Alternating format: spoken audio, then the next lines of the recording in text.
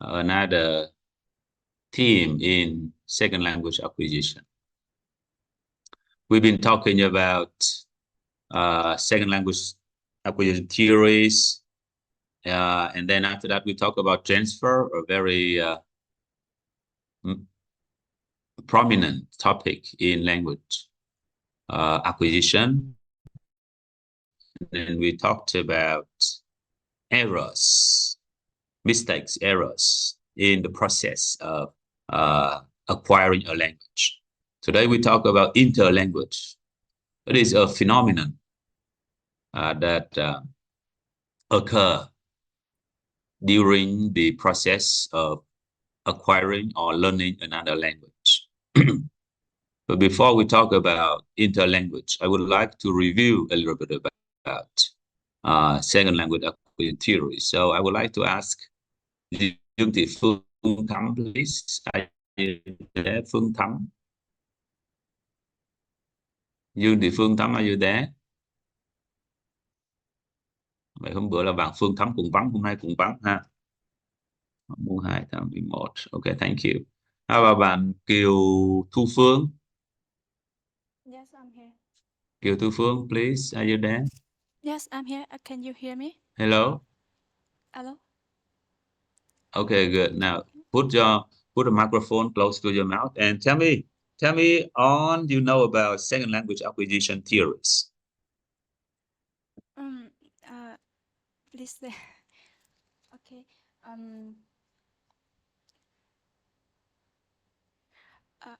I know that there have a lot of theory of Could you please turn on the camera? I can't see you. open camera. Yes. Okay. Everyone should. Can you hear me? Yes. Now, please talk. Okay. The first I know that the SLA is the process by which people learn a language, another language without the mother tongue, and there have a lot of theory about a lot of theory in SLA. I know that that's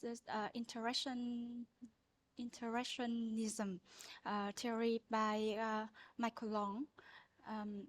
It's emphasize the importance of social interaction in language learning, and we can learn language through interaction with other and we can gain the language knowledge to improve our knowledge. And sorry, I just come home. And another that's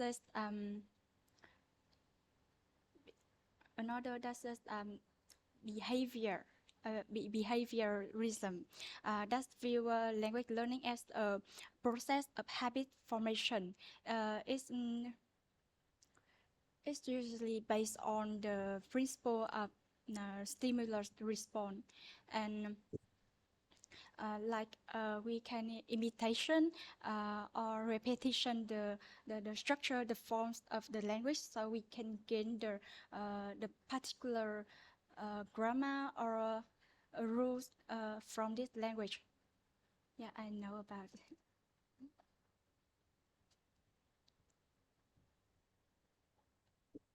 All right. I think, thank you. You know some ideas about second language, but what you present is quite messy, not in order. I would like you to read. Please focus on, take some time to read, because as I had just said, that this is the basic for all of your teaching activities later. Okay, thank you. Thu Phương, please. Thank you, Thu Phương. Now about Nguyễn Lê Minh, please. Are you there, Nguyễn Lê Minh? Hello, Lê Minh. Yes. Okay. Turn on the camera, please. Yeah. Good. Okay, good. Thank you. Tell me anything you want to talk about second language acquisition.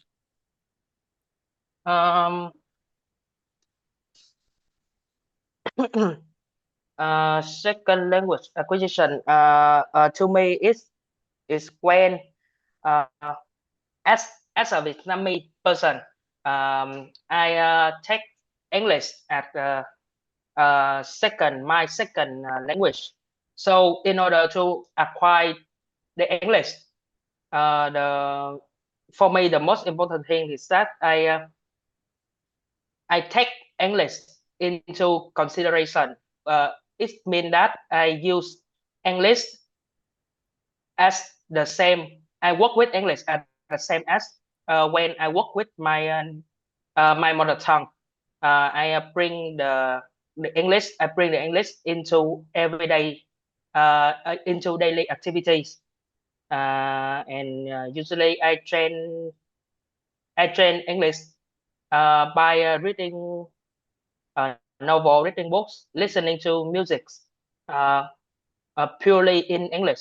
So my All right. friend, Excuse me. That is okay, but I would like you to talk about second language acquisition, this course. Tell me anything you know about this course.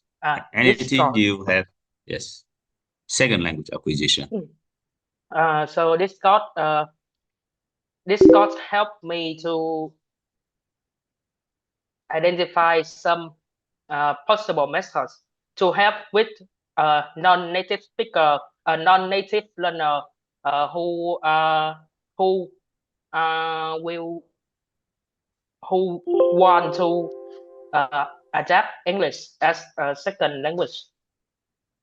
So there are many ways, there are many methods, many strategy to help them. And through Discord, I learned a lot about the way to help them to adapt English as a second language. And that's the end. I'm sorry, Lemon. Your answer is not related to the question. So I would like you to come back to the material, to the books, to the slides your friends presented before. And I would like you to read, okay? Read all of them again and get the major ideas of the course. I think I will give one more try. And Nguyễn Thị, Trịnh Thị Ngọc Linh, please. Hello, Trịnh Thị Ngọc Linh, are you there? Yes. Yes, I'm here. Could you please turn on the camera? Yes. All right. So tell me anything. Tell me anything you know about second language acquisition. In the second language acquisition course, I learned valuable insight into how people acquire a second language and various factors and processes that impact this course, and the knowledge the first one, I learned about the importance of input.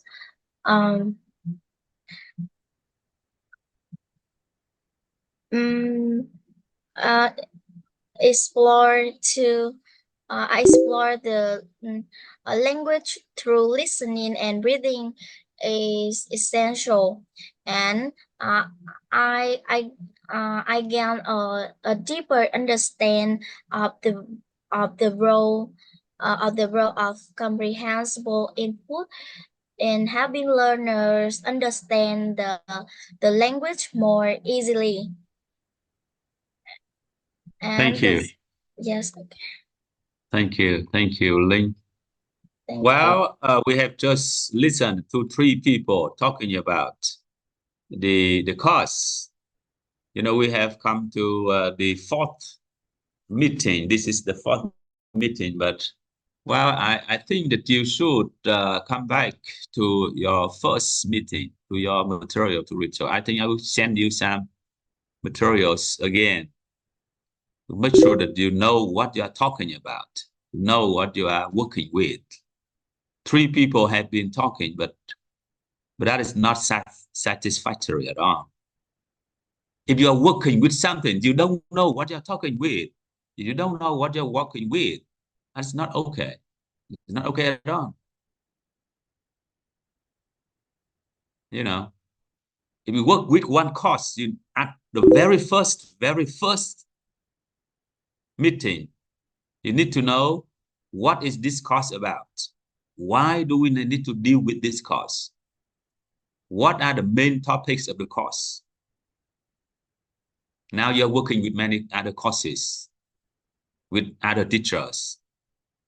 If after the first meeting, you don't know what your course is about, you know what the main points of the course, the main ideas of the course, that's not okay at all.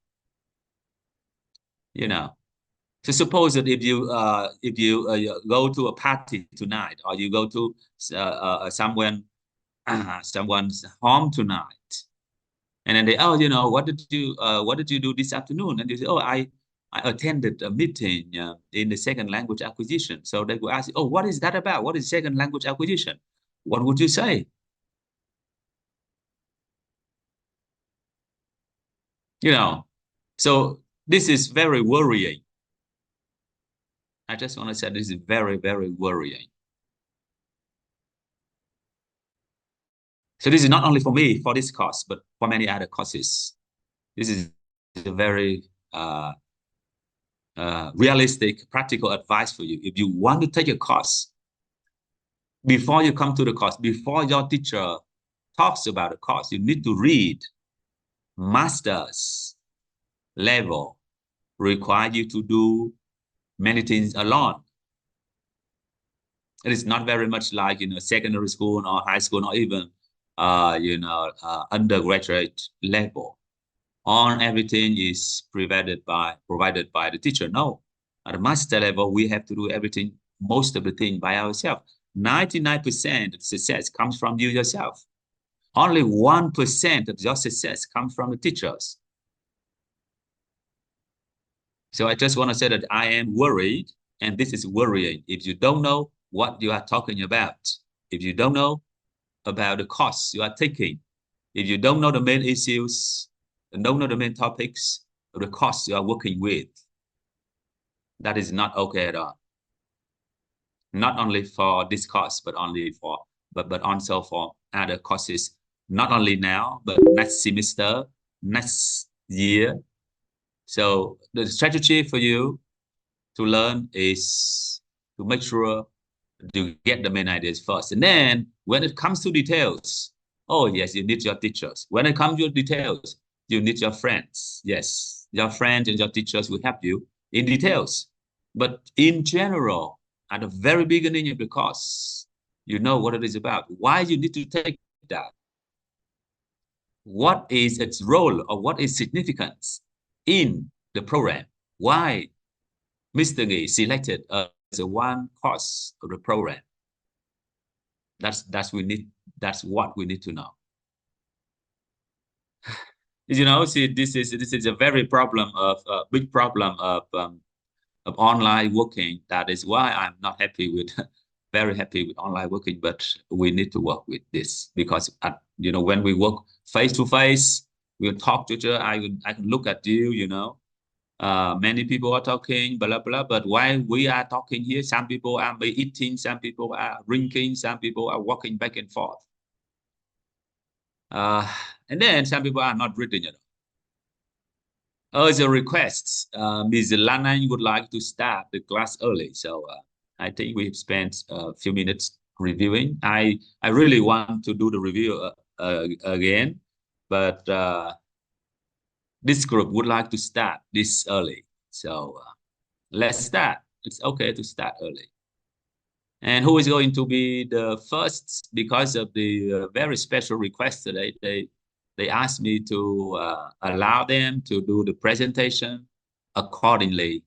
I mean, according to their preparation. I know that is not good. That is not good. That is not my strategy. It's not my way of working. But that is just their request. But that's okay. You know, it's your choice. So who is going to present first, please? Start. Yeah, it's me. Okay. Tell me about yourself. Turn on the camera. I'm sorry because I'm wait for a minute.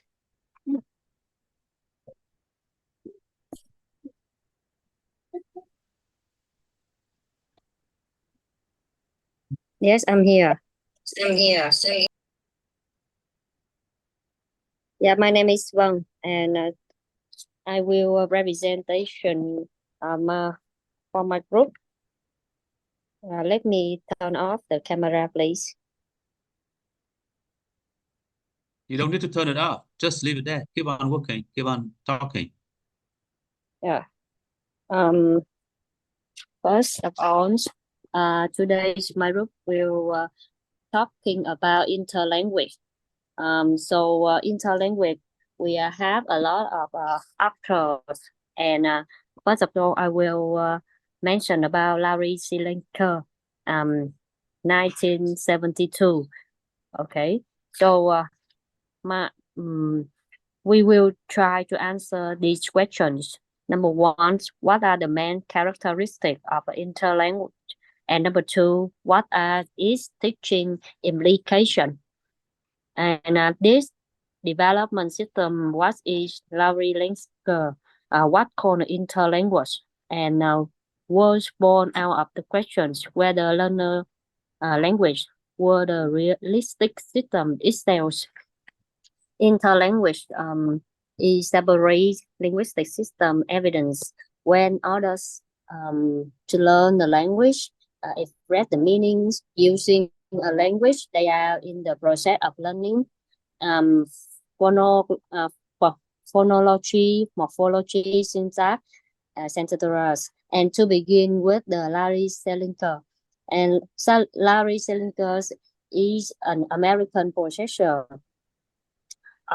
emeritus of linguistics at the University of Michigan. And the concept of interlanguage is general related to him. And then his article is interlanguage. And appeared in the January 1972 issued the Trunais Inter Review of Application Linguistics in the Language Teaching. And first of all, I will definition of interlanguage. So interlanguage is involving an immediate state of language and of language that learner reacts their way to acquiring to target language, and it incorporate elements of learner native language, and we can call L1 and the target language L2, resulting in the unit personal language system. We can tell you can look on the PowerPoint, and you can see Selinker were the first to the coin of term interlanguage to describe the systematic and involving linguistic system. That is mean language target language or language to learner create. So, and we can see the example. You can understand clearly. For example, a Spanish learner of English might produce sentence like "She know it means transfer from Spanish. Ella no come care," reflecting an immediate state of language development. And we found a lot of example relating Vietnamese and English. And you can look at the next PowerPoint. For example, using Vietnamese vocabulary and grammar structure in English. For example, I very like this book, but this sentence is influenced by Vietnamese structure. Tôi rất là thích cuốn sách này. However, in standard English, the correct sentence would be I really like this book or I like this book very much, not I very like this book. And number two, influence of Vietnamese pronunciation. For example, Vietnamese learner maybe pronounce the word fish like fish because in Vietnamese we not have F sound, but we have P. And I can explanation. This pronunciation occur because the learner are not yet accustomed to a new sound in English and still apply Vietnamese pronunciation rules. And number two, incorrect tense usage. We have example. Yesterday I go to the market. Explanation: the learner maybe forget the trend, the verb go to when because Vietnamese lack of past sentence. So they often make the mistake when conjugating verb in English. And number four, we can easy to look at the literal translation for Vietnamese to English. For example, I not found or I found not I find not it or I not find it. It means tôi không tìm thấy nó. Explanation is for this. The learner try to translate each word to word in the sentence tôi không tìm thấy nó into the English, but the correct syntax should be I can't find it. That is my presentation, and now we can move to the part two, characteristic of interlanguage, please. Wait a minute. Thank you. Thank you for your presentation. I would like you to make a summary of what you have just said. Make a summary of what you have said. My part will give the meaning, the definition of interlanguage and the actor for interlanguage, and for example, relating between interlanguage in English and Vietnamese, we can normally to see every day. So what is it? What is interlanguage in your own language? What is interlanguage? Translate in Vietnamese. In general. Just speak English. Okay. What is interlanguage? In interlanguage, it means that is the process. The process. But it's not a process. No, it's not a process. Okay. Interlanguage, it means systematic and linguistic system that target language the learner realize where it means the mother language will that is the culture. For example, Vân, excuse me, Vân. You use your own language. You don't need to read. You just tell me in your own word. Okay, in your own word. Yes. So what is interlanguage in your own word? According to me, interlanguage, it means the hero when the hero. What is the hero? Hero it means lỗi. The error. Yeah, error. So sorry, error when the people learn another language. They according to the mother language, and when they transfer to another language, they will have an error, some error relating to for pronunciation or vocab like this. All right, thank you. Okay. How about Hoàng Lam, please? What is interlanguage in your own words? What is Yeah. interlanguage? Yes, it's me. Interlanguage is a linguistic system created by a second language learner to assist No, their in your second language. own word. Hoàng Lam, you don't read. You don't read. You don't look at the book. You don't look at anything. Just tell me in your own words, your own way of explaining. So what is it? It means You don't read. Look at that. interlanguage. It means they are system forget it. matters. Yeah. It means it's a system matters, and it tell about well the sorry the way people in another language use and it different from English use. Teacher. Not really. Okay, thank you. Hi, Lê Ngọc teacher. Thanh Vân, please. Lê Ngọc Thanh Vân, are you there? Hi, teacher. Can I answer the question from my group? Hello, teacher. I'm here, so I answer my question, please. Yeah. For Thanh me, Vân, are you there, Thanh interlanguage- Vân? Yeah, I'm here. Can you hear me? Can you hear me? Can you hear me? Put the microphone. Put the microphone close to your mouth. Can you hear me clearly? Can you hear Yes. me clearly? Okay, thank Okay, you.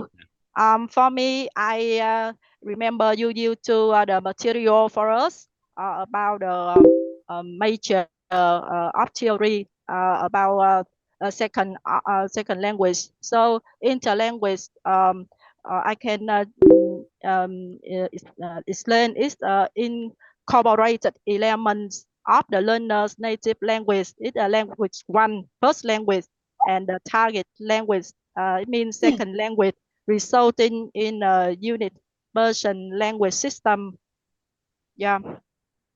So now you don't read. You just Yeah. look at the camera and you talk to me in your own language. So what is it? What is interlanguage? It means combine, like I'm Vietnamese and I can speak Vietnam. So I want to learn English. So I have transfer, or I create the way to get target language, and interlanguage is the in medium. In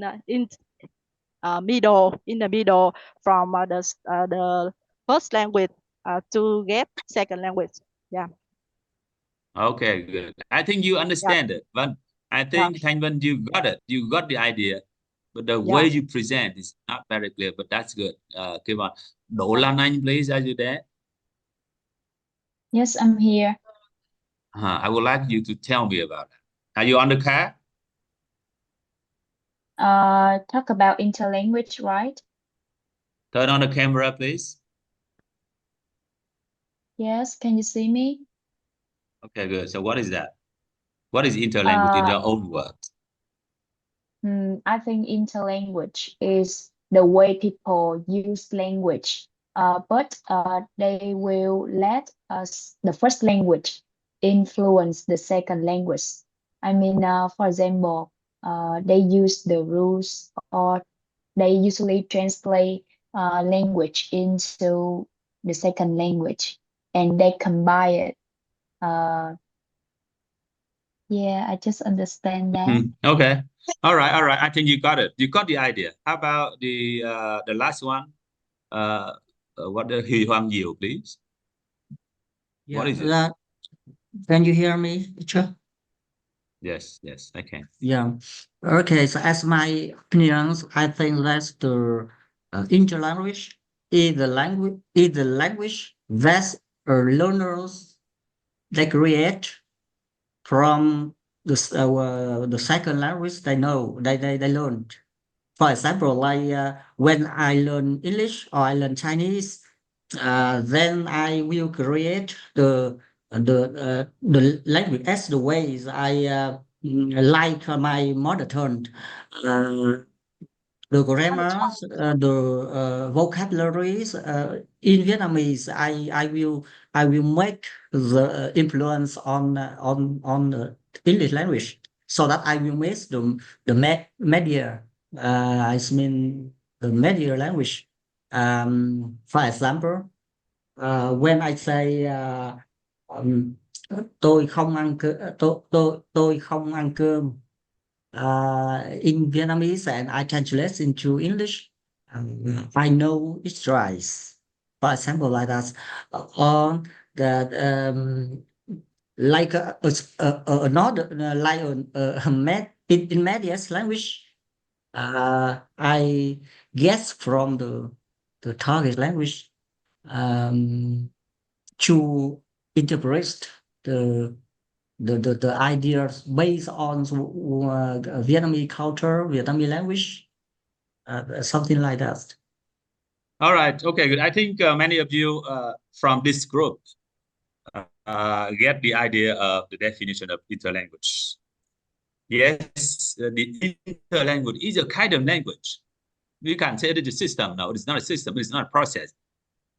Interlanguage is a kind of language which is created by the learner themselves.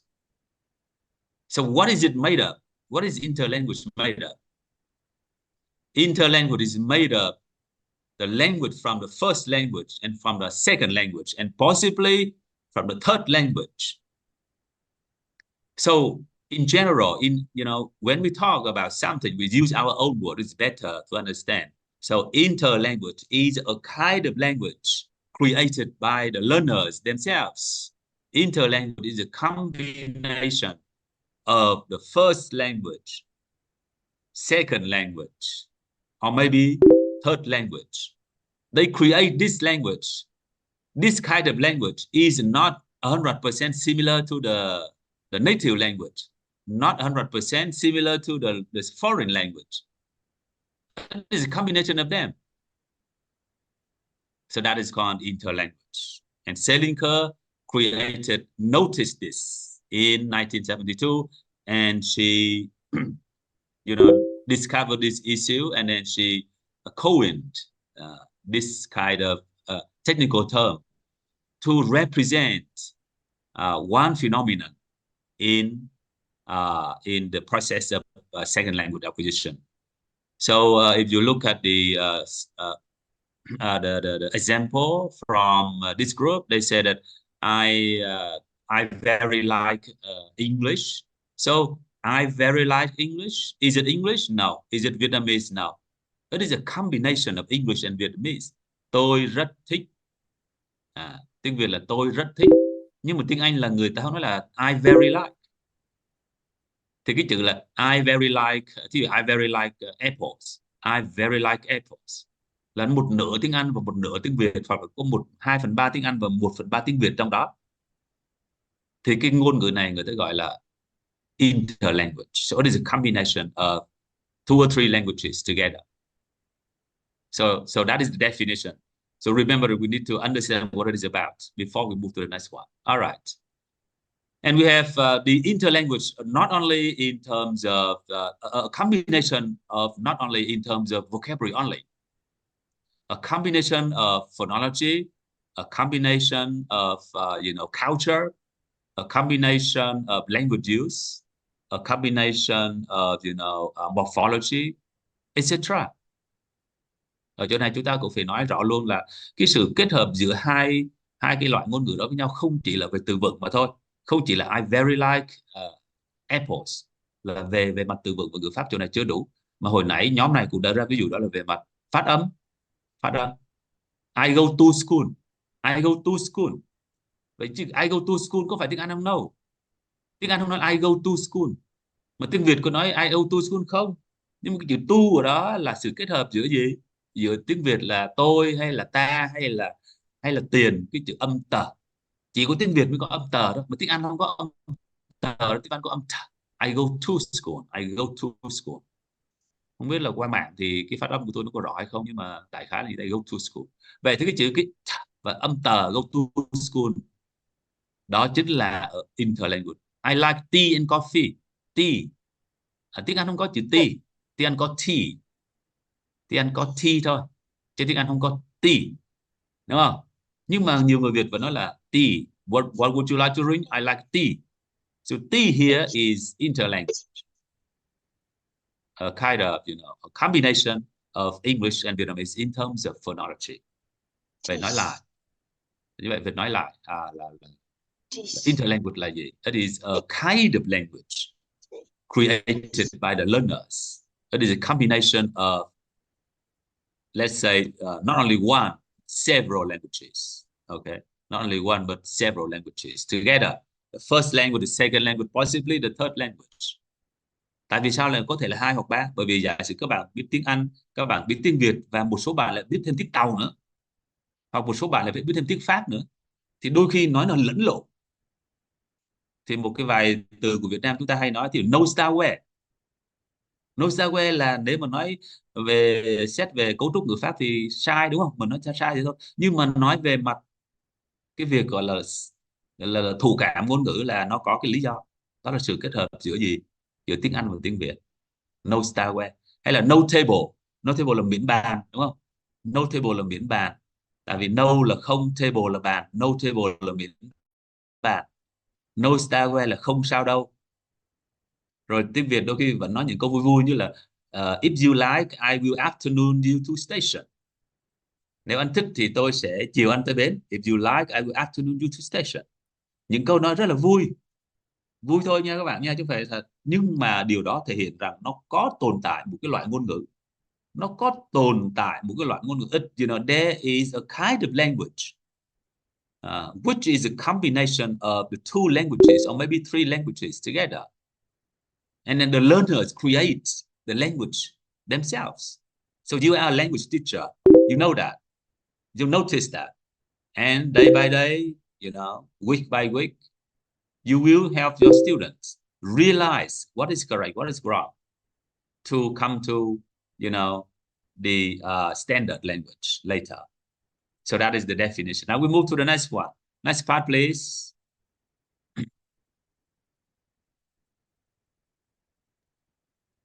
Can you hear me? Yes, very good. Yeah. Okay. Move on to the next part 2, characteristic of interlanguage. I based on the author William Nemser, 1971. The language system represented in a contract situation can be classified in accordance with their function as follows. What is the target language? You can see on the same definition, the target language is that in which communication is being attempted. In the case of a learner, it is the language he is learning when he uses. It means we are Vietnamese, so we are learning English. So the target language is English. The short language is that acting as a source of interference. For me, the short language is Vietnamese. We need to know about what is an approximate system. You can see the definition in here, and I have samples to explain for my definitions.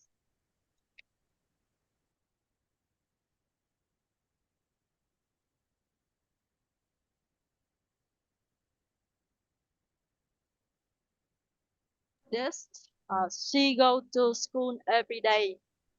Giống như người Việt Nam mà học tiếng Anh thì khi mà nói câu là she go to school every day, có nghĩa là cái người học họ đã không có sử dụng đúng động từ mà chia dành cho ngôi thứ ba số ít. Thì ở đây thay vì là go thì họ phải nói là goes. Nhưng mà cái này thường thấy là ở cái giai đoạn đầu tiên khi mà cái người bắt đầu mà học tiếng Anh á, thì họ mặc dù là cái câu này không đúng về ngữ pháp nhưng mà họ đang cố gắng là áp dụng cái quy tắc chia động từ ở thì hiện tại. Thì cái này là nhưng mà ở cái mức độ là chưa có thành thạo. Another sample we can say I can playing piano. Here the learner is combining English word, but with a structure influenced by their native language or their developing approximate system. Although the sentence is the grammar is not correct, but it reflects the learner's current stage in developing closer approximate to English structure. So you can correct I can play piano because can is a modal verb. In general, names concepts help explain the intermediate states as natural and necessary in language learning, showing that learner gradually refine their understand and they can get when of the foreign language structure. Yeah. Next, we go to the dynamic nature. I try to find out the image of the author by Google, and he is a famous American language educator. Um, K. Grayson first profile series of hypotheses, which later are collected called the input theory. Um, you can see the 5 series, but I want to highlight the input hypothesis. The input hypothesis provide the answer. Second languages are acquired by understanding messages or by receiving comprehension input. um, uh, Grayson define comprehension input is a particular way. Essentially, comprehensible input is that piece of language that is here that is slightly ahead of learners' current state of grammatical knowledge. Language containing structure learner already know essentially serve no purpose in acquisition. Similarly, language containing structures way ahead of a learner's current knowledge is not useful. A learner does not have the ability to do anything with those structures. Currents define a learner's current stage of knowledge as I, and the next stage and next say as I plus 1. Thus, the input a learner is exposed to must be at the I plus 1 level in order for it to be of use in terms of acquisition. Um, for example, if a Vietnamese student in as an I level, they might read a simple English story with some new vocabulary. But the teacher could provide for the student a, uh, a sentence like the dog bark loudly. If the student understand dog, what does it mean dog and loudly, they can guess or they can guess the meaning of park and they can infer the meaning of park. In Vietnamese, this approach could like con chó sủa to. Ở khi mà người học thì chỉ có hiểu được 2 chữ, đó là chữ con chó với lại cái chữ to, nhưng mà họ không biết cái chữ park có nghĩa là sủa.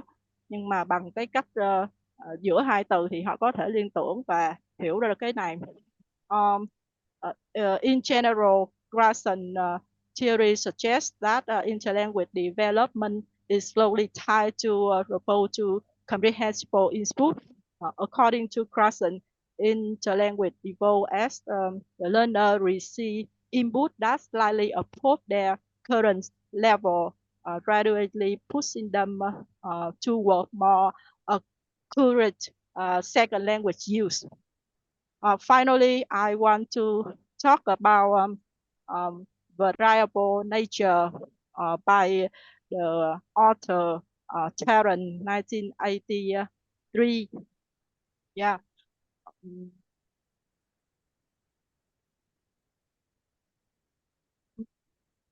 For me, Tarrant explained that interlanguage can influence on various factors such as social context, attention to language, and learner, the learner, uh, and the learner environment. Yeah, the learner environment. She posits that variation is an essential feature of interlanguage development and demonstrates that learner linguistic choices adapt according to situation demands. On one of the key aspects of her theory is the distinctions between formal or informal settings. I mean, like informal contexts, such as classroom or academic environments, like a company or a meeting. Learners are more likely to focus on correctness, lead them to use more complex structures, and they try to use correct vocabulary. In contrast, in formal setting like casual conversation, like they are talk to their friends, learners priority communication over accuracy, which may result in similar language and more direct expression. For example, a native speaker, English speaker, when they are learning Vietnamese, they can say, I eat bread in a casual setting, means tôi ăn bánh mì, focusing on basic word meaning without adding formality. However, in a structured learning environment, they can try to use a more polite, formal structure, saying tôi đang ăn bánh mì, I'm eating bread, to indicate a continuous action in a more grammatically correct form.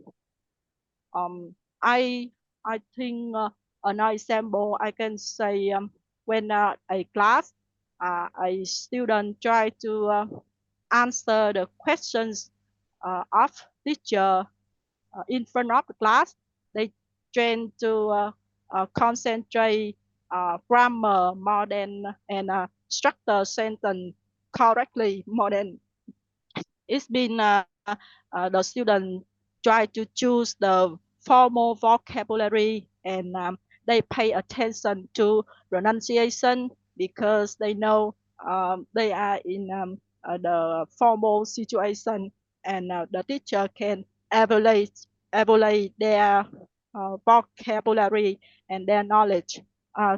However, when the student talk to parent in the break time, or when they work group work, they concentrate about construct construct of construct of sentence, not accuracy, because it's just their friends, and they can use the slang word or the grammar, not accuracy, as long their classmate can understand in the communication. You can say the example, I have completed my homework when the student try to talk the teacher, but when they talk to their classmates, they just say done my homework.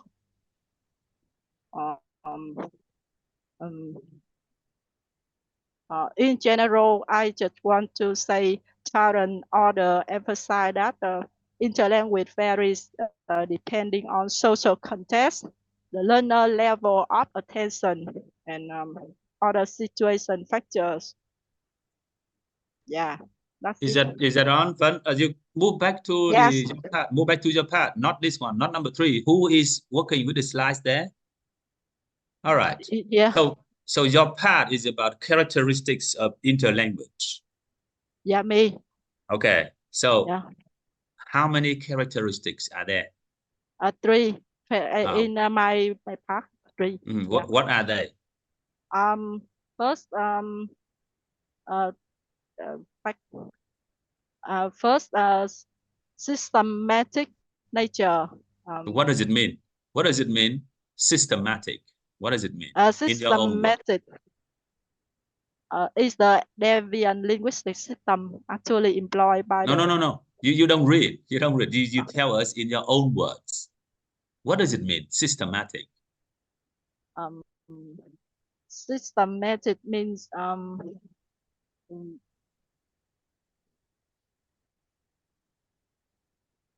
So we are talking about interlanguage, right? So the interlanguage is a kind of language created by the learner. That is a combination of the first language and possibly the second and possibly the third blah. That is the definition. And now we talk about the characteristics, gọi là các đặc điểm, hay là các đặc tính, hay là các tính chất. Các tính chất, các đặc điểm. The characteristics of interlanguage. So you mentioned that there are 3 characteristics of interlanguage. The first one, it is systematic. What does it mean?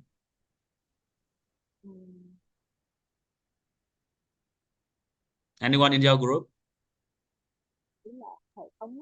I think the systematic nature relating to the structure or grammar. Keep on talking. The first systematic nature is mean when in the interlanguage the speaker will make error relating structure or grammar. I think so. Grammar and structure, yes, but anything else, not only grammar and structure only. No, I mean, I can say something about it. Yeah, for me, it's not a accurate system, but it have error because very kind of variation like. Put the microphone next to your mouth, please. It's not clear enough. Can you hear me? Can you hear me? I mean, an approximate system is not a accuracy system. It's it errors because it depends on many variations like the input of the learner, the communication, the level and environment. Listen. What does the word systematic here mean? What does it mean? Em có thể trả lời nha Thành. Thì bằng tiếng Việt nha Thành. Thì giống như là cái tính của hệ thống này, chẳng hạn như là người Việt Nam của mình hay dùng nói tiếng Anh chữ the như là this that, Việt Nam hay nói là this that, cho nên là cái chữ thờ đó Việt Nam mình áp dụng hết cho toàn bộ những cái chữ nào của người trong tiếng Anh nó có chữ thờ là Việt Nam mình đọc thành chữ thờ hết. Giống như là thought rồi thin rồi như vậy á, thì nó có cái hệ thống lỗi đó, thì đó cũng là một cái tính chất của cái ngôn ngữ ở giữa này người Việt mình tạo ra do cái đặc điểm của cái phát âm của người Việt. Cái thứ hai nữa là cái giọng điệu intonation của người Việt Nam mình nói tiếng Việt cà nhắn theo cái giọng điệu ngang vậy, thì khi nói tiếng Anh người Việt của mình thay vì là giống như là would you like to go to the cinema thì Việt Nam mình là would you like to go to the cinema đó, kiểu vậy, thì người Việt mình cũng áp dụng vào cái ngữ điệu này cho những cái câu tương tự như vậy. Đó là về ngữ điệu, hay là về cái cách phát âm của từ vựng. Việt Nam mình cái chữ cái chữ giống như là available Đó là người nước ngoài hay cái chữ L cuối cùng người ta đọc là available, nhưng người Việt mình cứ available, cứ chữ nào có chữ đó đọc là bồ hết, al cuối đọc bồ hết, nó giống như vậy thì nó có cái hệ thống tự nhiên như vậy. Em có ý kiến về thầy? Yeah. All right, quite close. Anyone who has another idea? So we need to understand the word systematic. So the first characteristic of interlanguage is, it is systematic. It means that it occurs as a system. It is not an individual phenomenon. It is a system for all people, for all ages, for everywhere. It is kind of universal.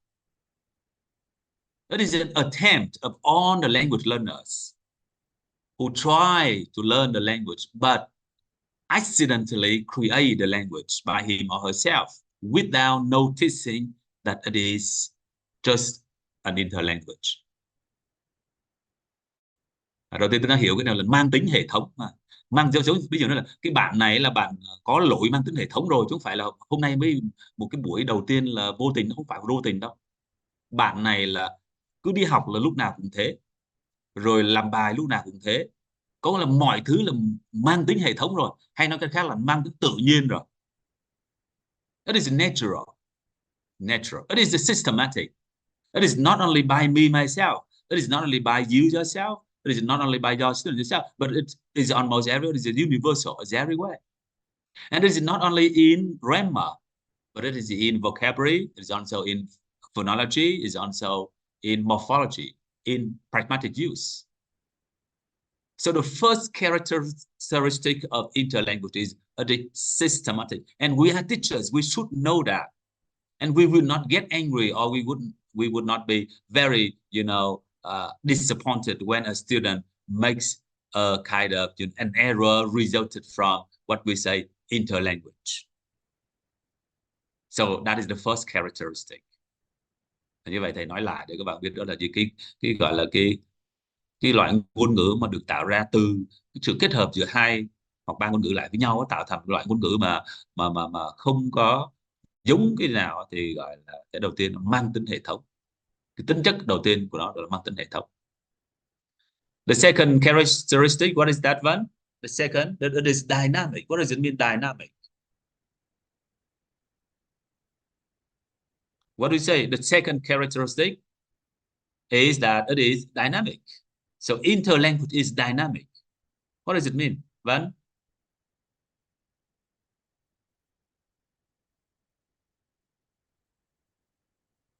So teacher, dynamic nature, dạ, đây là một cái cái bản chất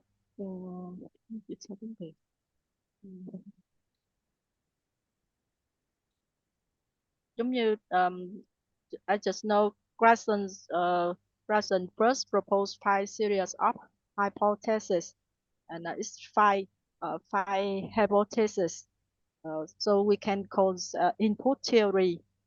Yeah, and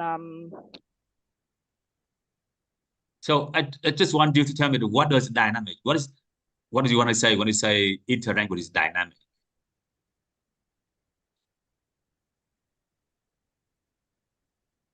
So what does the word dynamic mean? Dynamic means it is vibrant. It cannot occur within a certain scope, but it occurs everywhere. Right? It occurs everywhere. It's dynamic. And not only old person, not only young person, but many people, it is there everywhere. It is dynamic. Right? It's dynamic. It's not only one, but in many different forms, in many different places, in many different, characteristics, related to the creation of interlanguage. So that is the second characteristic. So we are teachers. We know that, we cannot say that, interlanguage can only occur in this kind of situation. No, we may see some other situations where interlanguage can occur. So that is the second characteristic. And the last characteristic, what is that? What is the last one? Yes. very Various, right? Variable. yeah, So what does it variable mean? những cái sự khác nhau. But what does it mean? It means changing. It could change a little bit based on the environment, based on the circumstances. So let's say that we are Vietnamese. We have the interlanguage, which is systematic, yes, but people from the north may be different from a little bit from people from the south, and people from the south may be different from people from the center of Vietnam, because it is various, may change a little bit. The interlanguage may change a little bit according to the social linguistic context of the learner. I mean, it is based on the environment.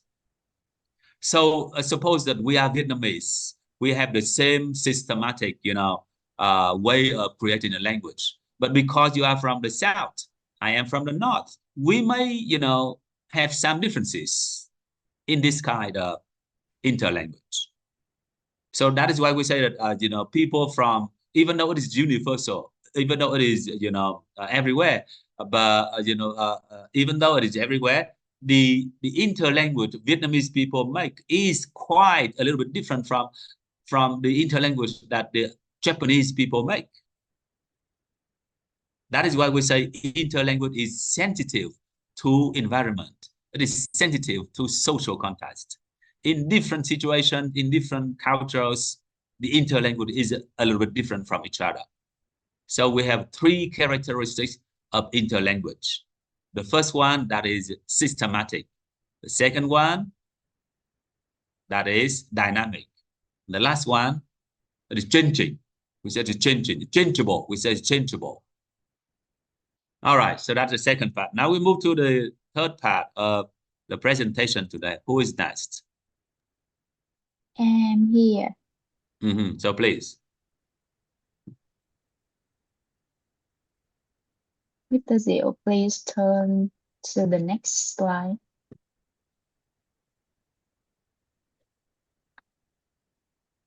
So you Đỗ Lan Anh, right? Yes. So I would like to talk about sources of interlanguage. Interlanguage influence. So I found that, I found there are three sources. The first one is L1 is mean the first language transfer, and the second one is overgeneralization, and the last one is simplification.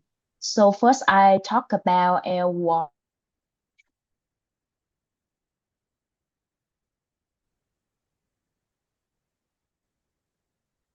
Yeah, based on cross-linguistic influence in SLA, it means second language acquisition. The author Kellerman with Sawood Smith examines that how the first language transfer impacts the second language is a primary source of interlanguage influence. So they found that the first second language transfer is a critical factor shaping interlanguage or the transitional linguistic system that learners create while acquiring the second language. This means the second language. And their findings highlight that learners tend to transfer familiar structure and sounds from their first language into the second language, resulting in errors or unique language features that are specific to interlanguage.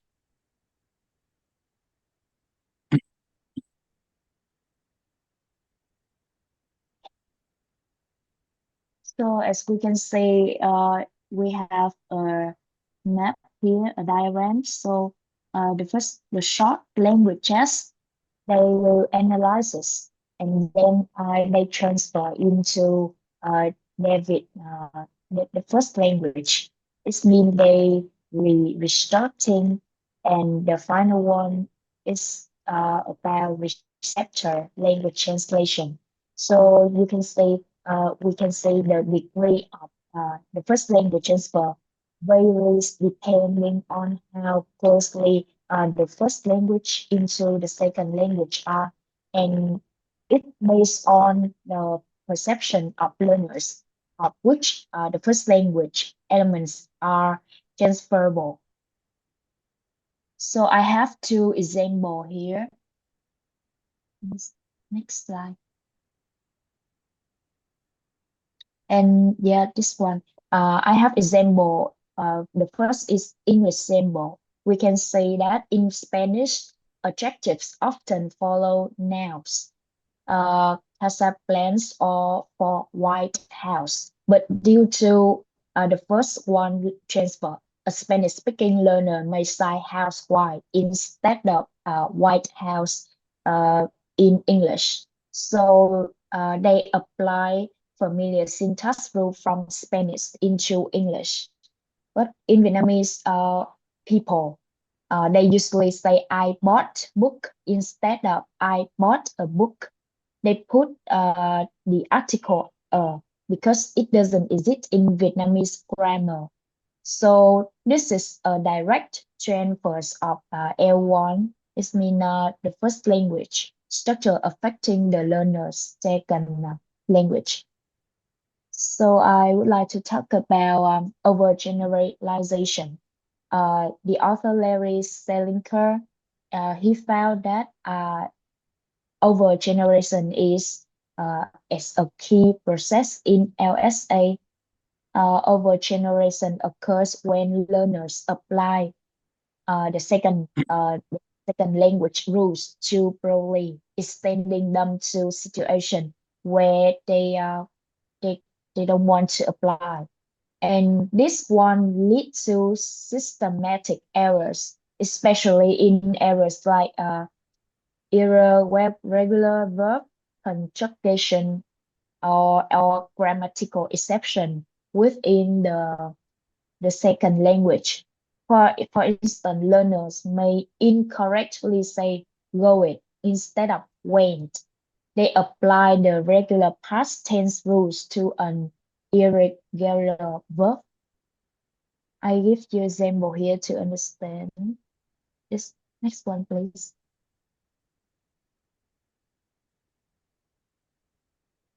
Yeah, when we talk about plural formation, a learner in English may use childs instead of children to express the plural of child.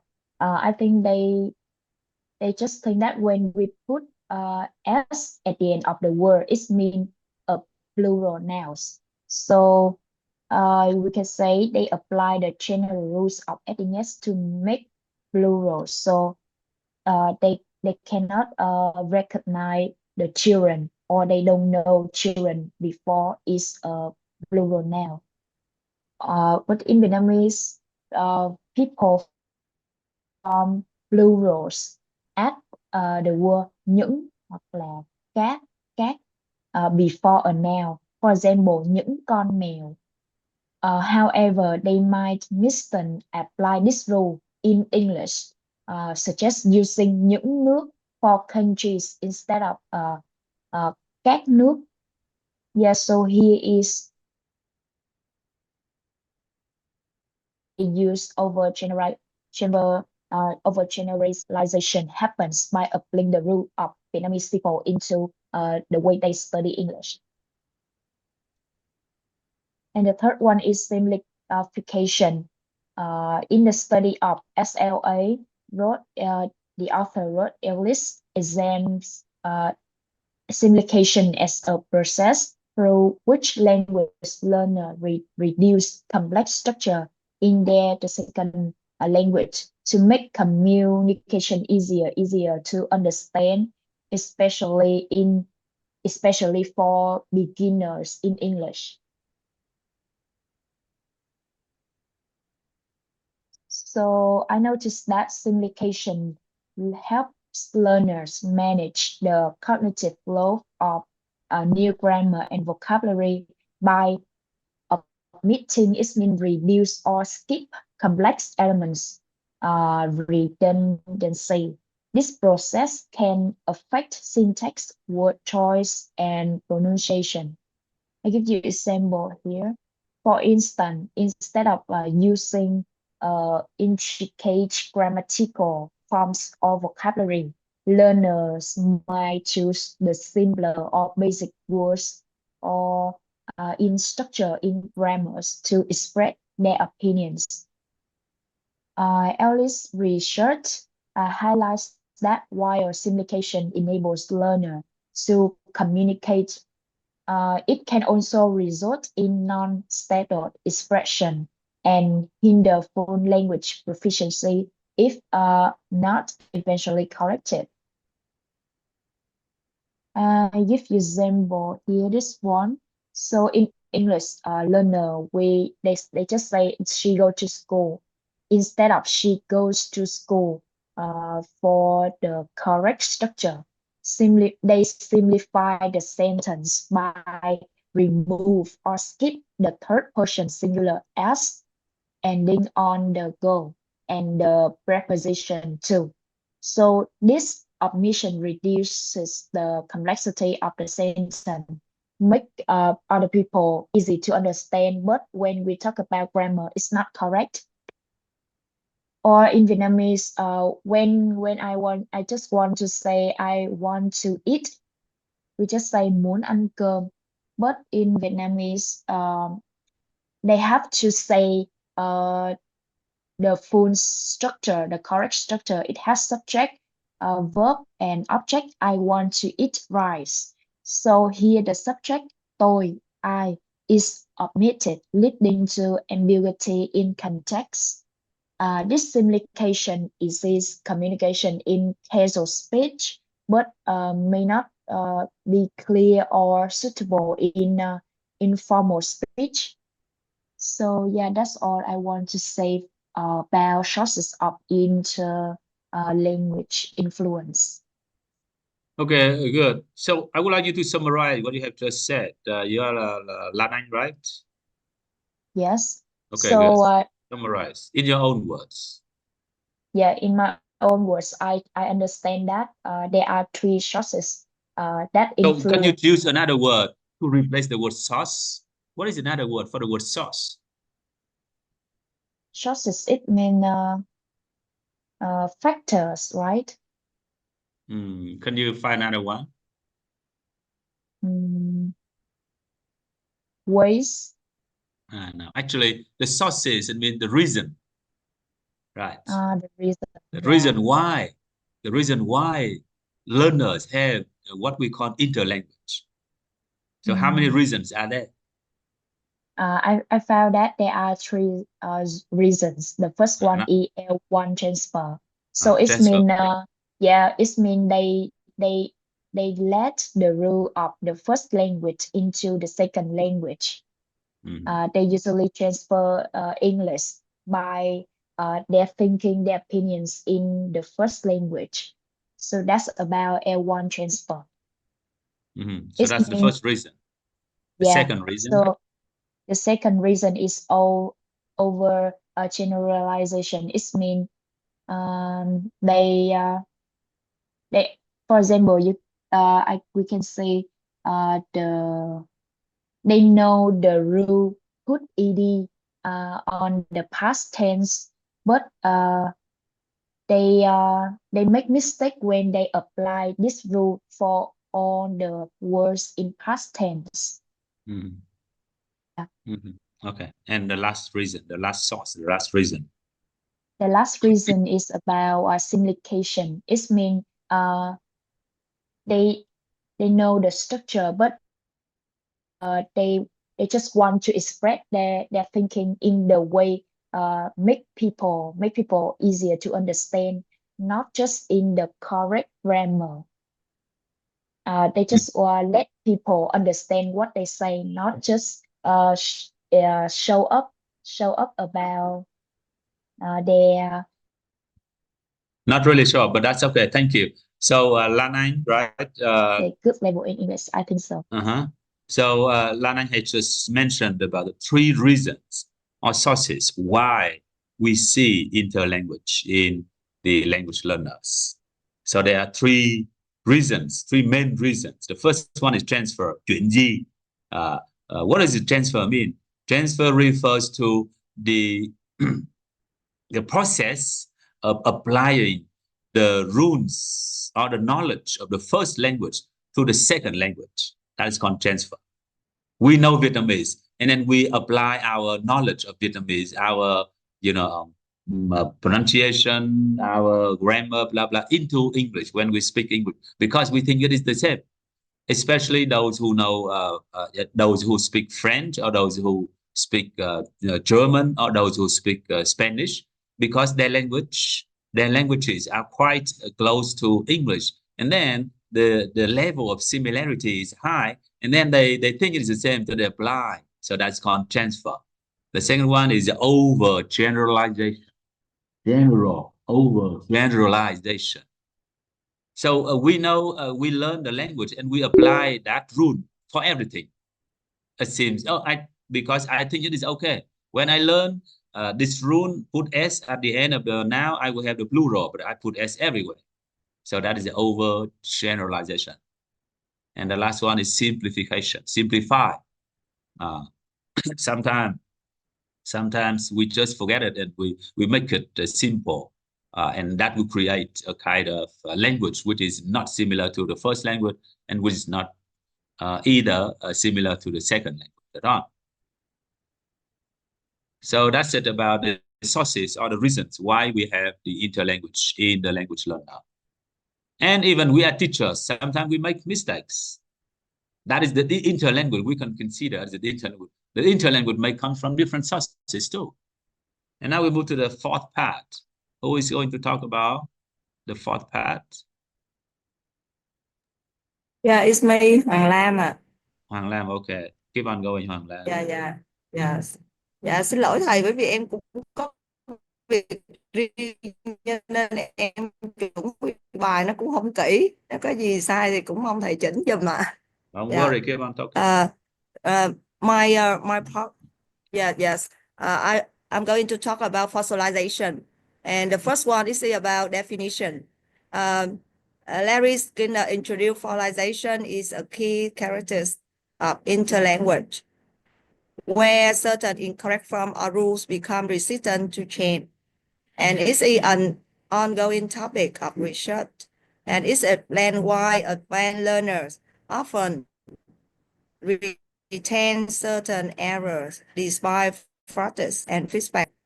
And fossilization can be summarized as the phenomenon whereby the learner creates the citation of interlanguage learning before acquiring the standard target language, or for easily to understand, we can say fossilization refers to the process in which incorrect language become a habit and cannot easily be corrected. Maybe it's easier for you to remember and understand the meaning of fossilization. Yes.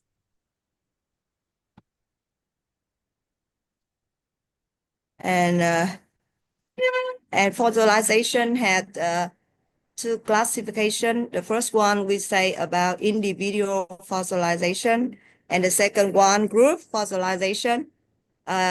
Individual fossilization, we talk about error, reappearance, and our group we assemble about once one learners learn English for a long time, but they can have mistake or error when they use present perfect.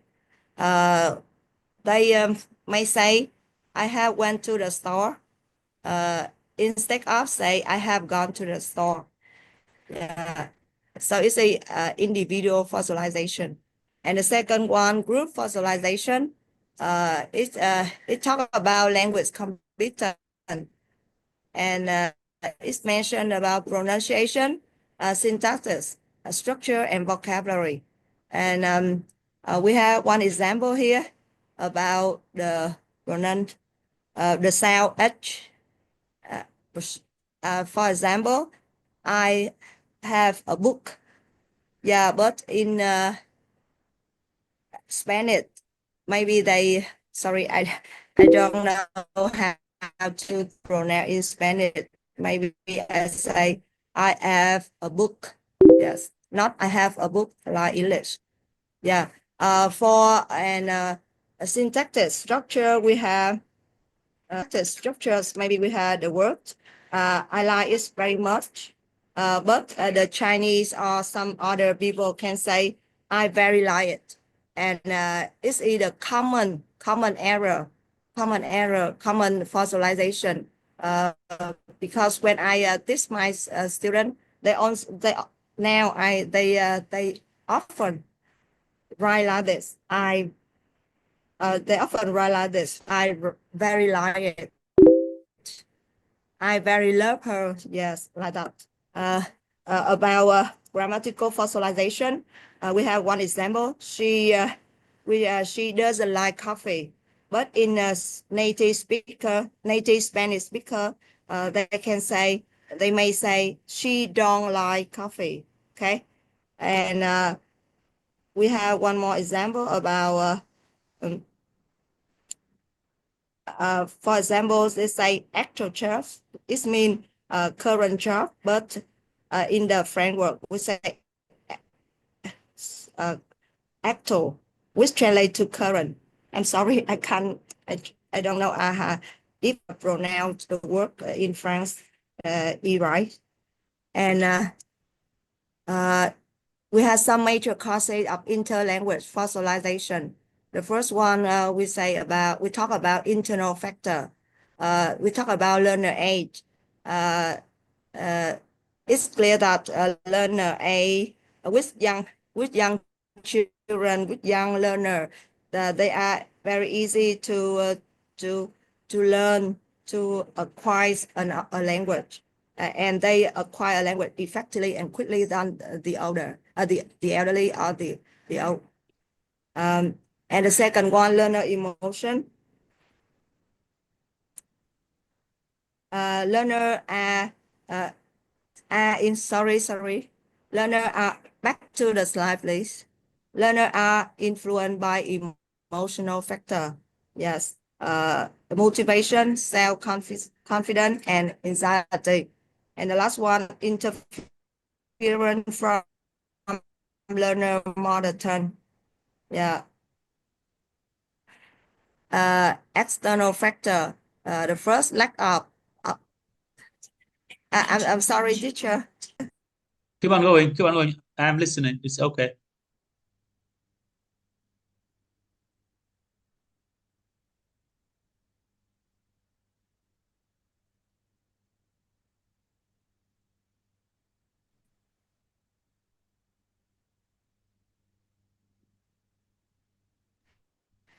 Yes, I continue. Lack of learning opportunity.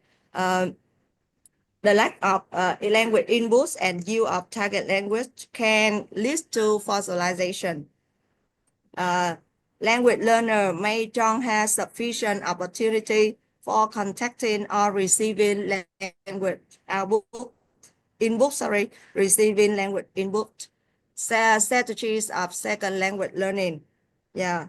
Successful learning strategy can make interlanguage abroad the target language. Yeah. For instance,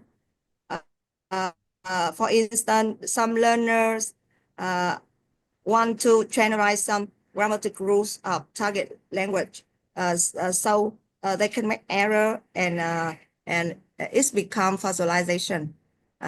Strategies of second language communication. In oral communication, learners tend to avoid some complicated rules in order to make their expression simple and rapid. So fossilization can produce.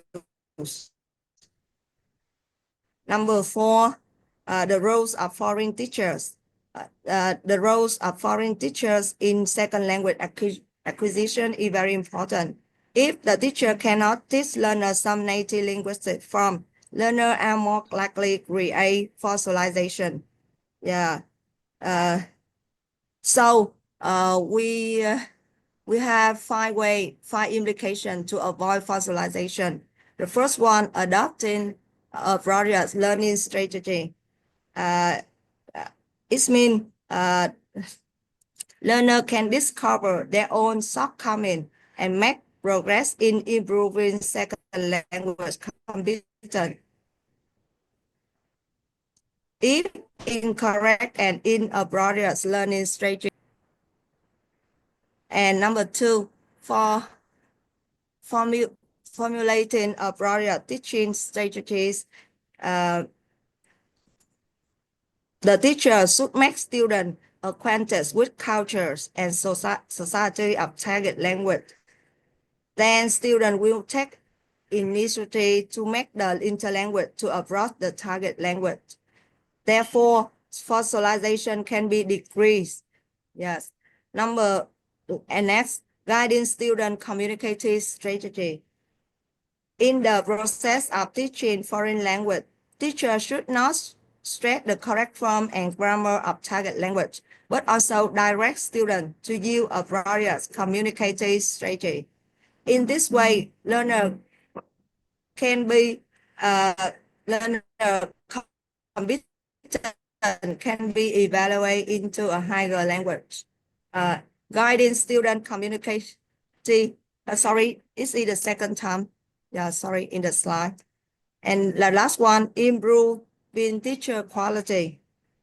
If the teacher interlanguage is not standard or incorrect, it can impair student foreign language learner. For example, if an English teacher pronunciation is not correct, his or her student cannot have standard pronunciation. So teachers should pay attention to improve their language and this make the fertilization will reduce. Yes. Sorry, next mark, please. And about 4.2, USEF development. USEF developments refer to a phenomenon where learner initially apply a rules correctly, rules due to our generalization or other factor, then eventually regain correct uses. And next please. Next please. Yes. In USEF wait, sorry. In USEF development, learner initial correct production. Yes. And when they gain more knowledge, they start forming hypotheses, and which lead them to overgeneralize the rules, causing temporary error. So as they receive more input and experience, they refine their understanding and produce structure correctly. And I have some example about USEF development. Okay, next please. The first one, irregular past form tense in English. Yeah. For example, an English learner might produce the correct past tense of go and went because they learned it, because they memorized it.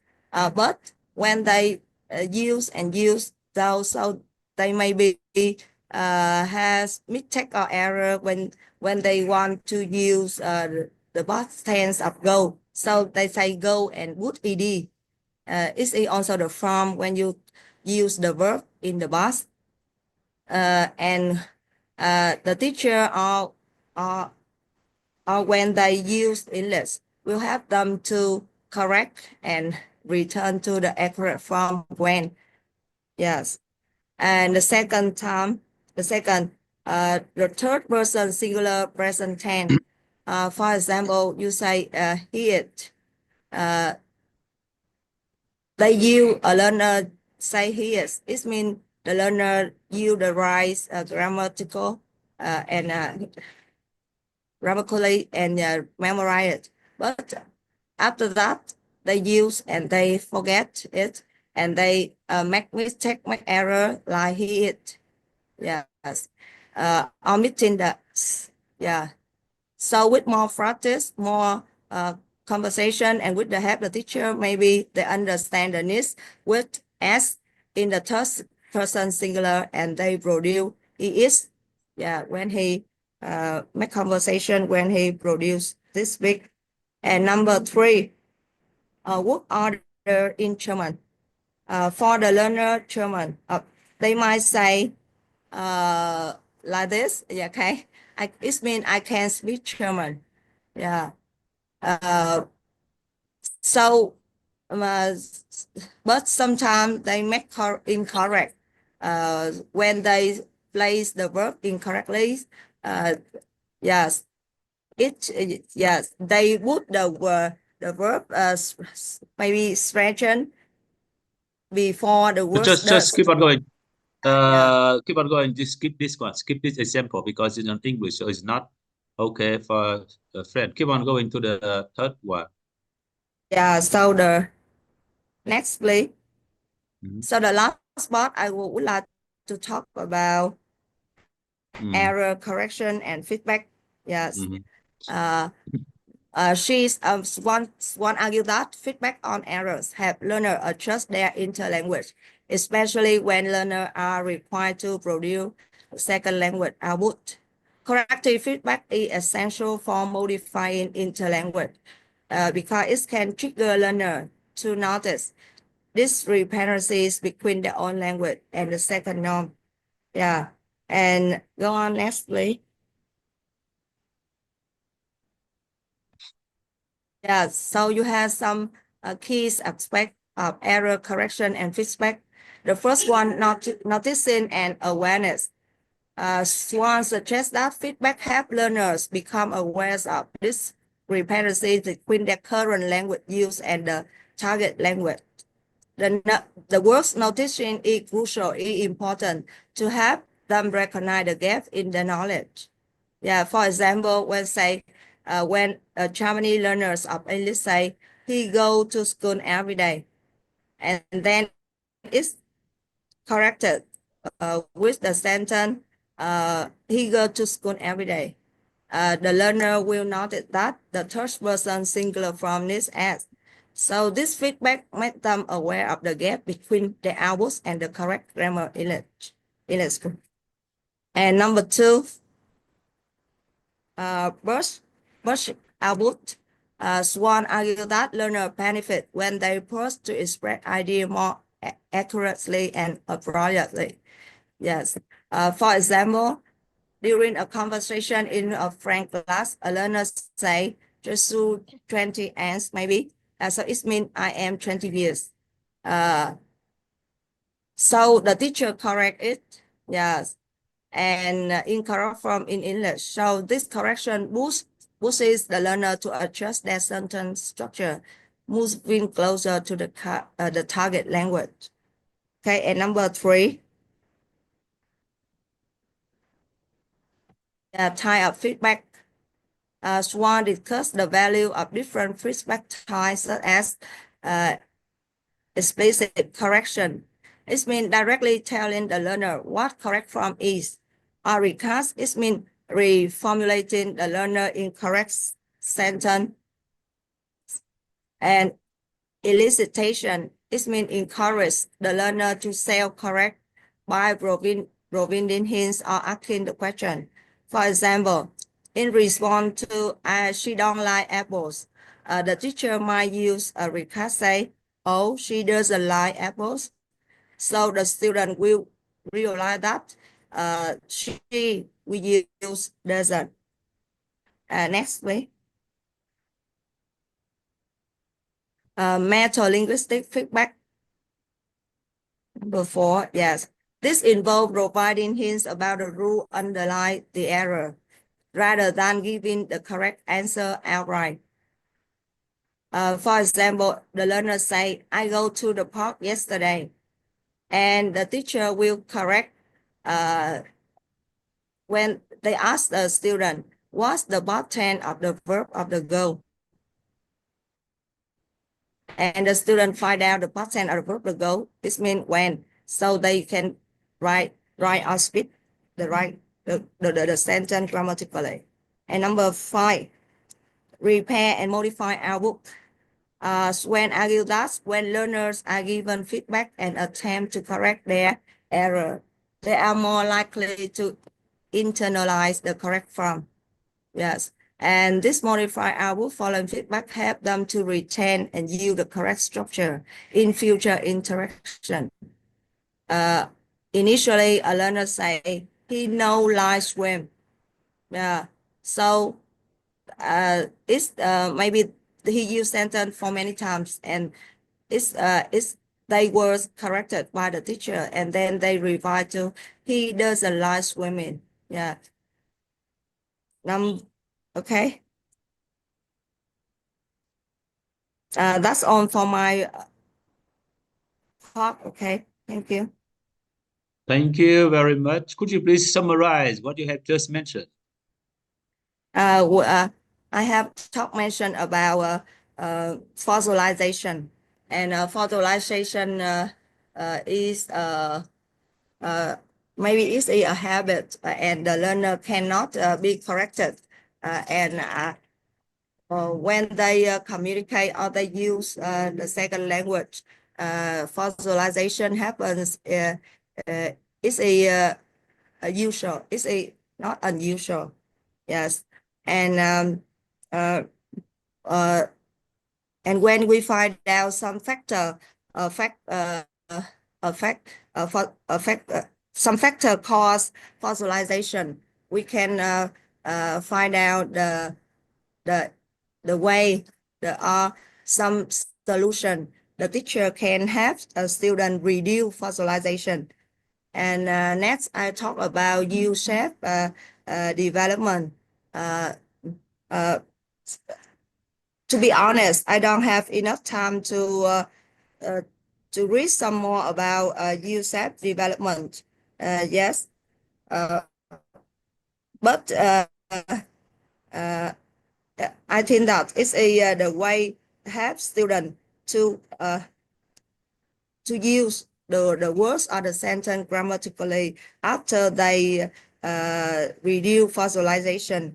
After the help of the teacher, they can use the word or the sentence grammatically. And the last one is a error correction and feedback. Yes. Thank you very much. Actually, what Hoàng Lam has just presented is just some more characteristics of interlanguage. The first one she mentioned was fossilization. Fossil in Vietnamese, it's hóa thạch. So why do they use this word? Why do they use this word? Because, you know, when something is fossil, we cannot change anymore. A tree has become fossil. It is there, it's dead, for example. So an error, if an error has become fossil or fossilized, and then learners cannot change that anymore. So that is why they say fossilization. And they believe that some learners make mistakes or they create a certain language which is wrong, and they cannot change that on because it has become, you know, resistant to change. That means the learners cannot change. So that is one characteristic of the you know, in the process of second language acquisition. And we are language teachers, we know that. And that is the reason why some students make the same mistake all the time. You know, when you go to a classroom, today you talk about this, and then you help him or her, you know, realize the mistake, and he or she corrects it. And then next week, and then he or she commits that mistake again, an error again. And then the next month, he or she, and then you are angry. How could you have become ignorant? You didn't pay attention to what I have just explained to you. But actually, she or, you know, he, you know, does not have any kind of, you know, kind of ignore he or she does not ignore your explanation. But the problem is that it is kind of fossilized in his or her process of acquiring a language. So for some problems, we know that the learners find it very hard to change. So we need to find a certain methodology to help him or her improve. So that is one characteristic of fossilization, interlanguage in the process of acquiring language. The second one, Lam mentioned, was the U-shaped process. U-shaped means at the beginning, the learner understands the rule very well. He uses the rule very well, the language very well. But after certain time, because of some, effect, because of some influence, because of some, other situation, and then he made the mistake. He may make the mistake. And then after that, a few months or a few years later, he will come back to the previous stage that, oh, he got the correct, rule again. So this is a kind of process, though. We are correct at the beginning, but then we change, naturally. We don't know why. And then we realize that, oh, we are wrong. And we come back to the first stage that we are correct again. So in the process of learning a language, if your student make a mistake, don't worry, because that is maybe in the process of, learning a language, and that is he maybe is having what we call the U-shaped, process, the U-shaped movement. So at the beginning, he is okay, but then a few months or a few weeks later, he's not okay. But don't worry, maybe 2 weeks later, 2 months later, he or she will be okay again. And then the last section that Hoàng Lam mentioned was feedback. So when we talk about feedback, we have so many things to talk. It is not the priority of this class, but I just want to tell you that giving feedback is an art. Giving feedback is an art. Có nghĩa là mình phản hồi, giúp cho học trò sửa lỗi. Cái này là một nghệ thuật. Cái này là một nghệ thuật các bạn nhé, chứ không phải là người nào cũng làm giống người nào được đâu. Và mỗi người có một cách riêng. Tuy nhiên nó được chia ra hai cái thành phần chính của giving feedback. Đó là mình nói một cách trực tiếp và nói một cách gián tiếp. Đại khái như thế. Thì như hồi nãy mình nói đó, mình có thể sử dụng ngôn ngữ trực tiếp. Where did you go last night? I go to the seminar. You go or you went. Mình nói như thế là nó rõ ràng. Mình có thể nói là oh really? What's the past tense of go when you use, for example, that's called meta-linguistic. Mình không nói trực tiếp về cái loại ngôn ngữ, mình đưa các cái hints. Hoặc mình oh really? You went to the you go to the cinema. Say where did you go last night? And the learner says I go to the cinema last night. And the teacher must say, oh really? You went to the cinema last night? I went there too. So it is kind of suggestion. It is kind of indirect feedback. So just I want to say it is an art. There's no correct way. There's no, how can I say, effective way. Most effective way now. Your students may have different ways of getting feedback. My students may have different way of feedback. To me, when I teach pronunciation, when I teach speaking, I record my students' voice. I don't interrupt them. And I don't interrupt my students while they are talking. I just use my phone or my recorder to record all of my students' answer. And then after that, I just play back. I just play back what my student had just presented. And then they themselves realize the mistake. Oh, I've got a wrong with this. So you see, they can realize by themselves without, getting the feedback from the teacher.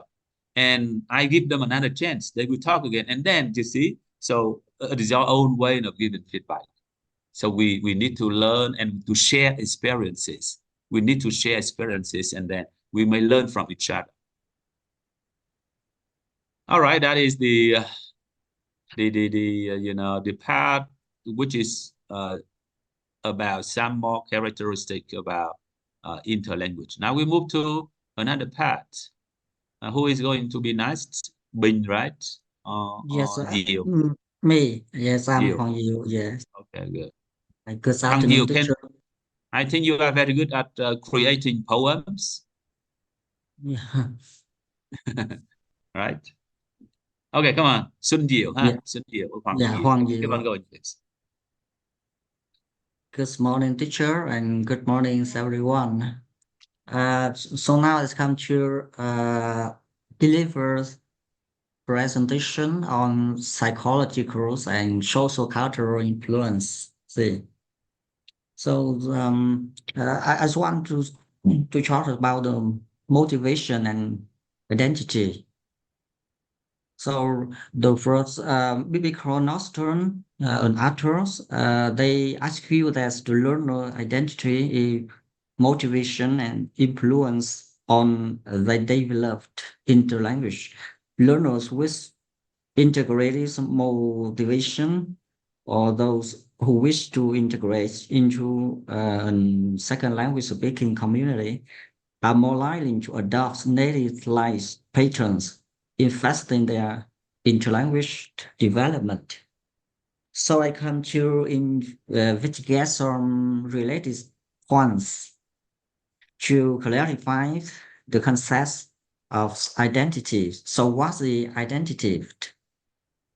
For example, when you were born in Vietnam, you will get the identity card, or when you were born in the US, United States of America, you also get the identity card to identify who are you, or what's the place of your of birth, the residence, and where you work.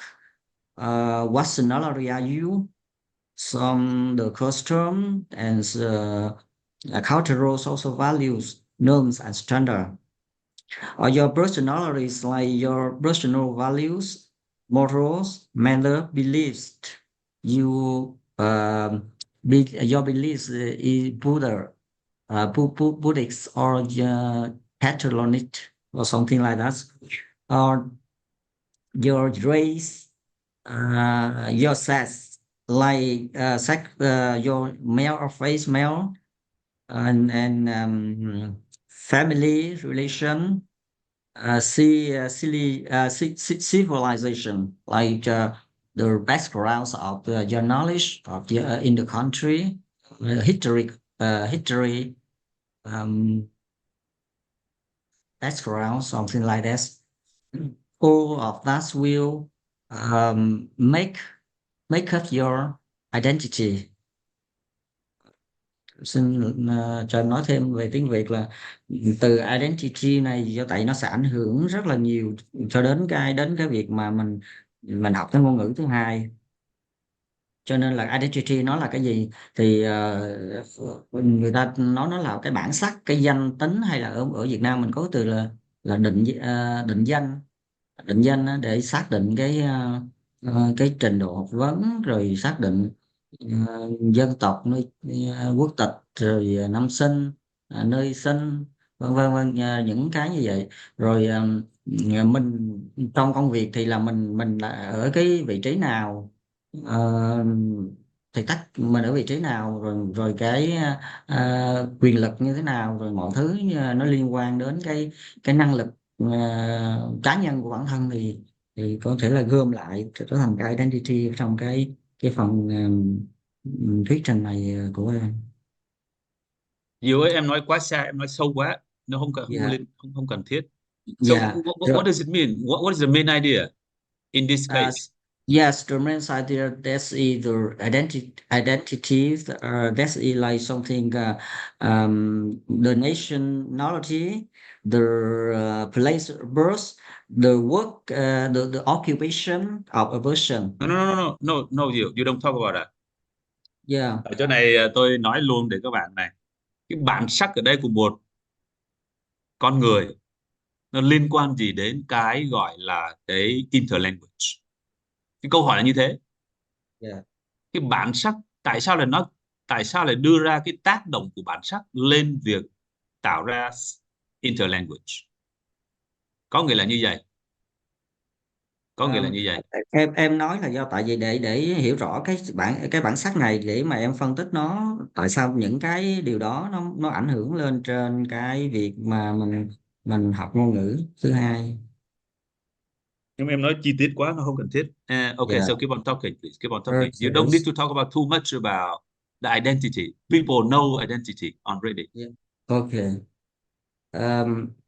So because so that's everything like this. So identity will have a large influence on this learning secondary language. So the interaction of identities and motivation in the language learning is dynamic and it's not stable. So it can change during to the experiences or the contacts or social interaction and the experiences, which can lead to change on the ways how they construct and refine their interlanguage.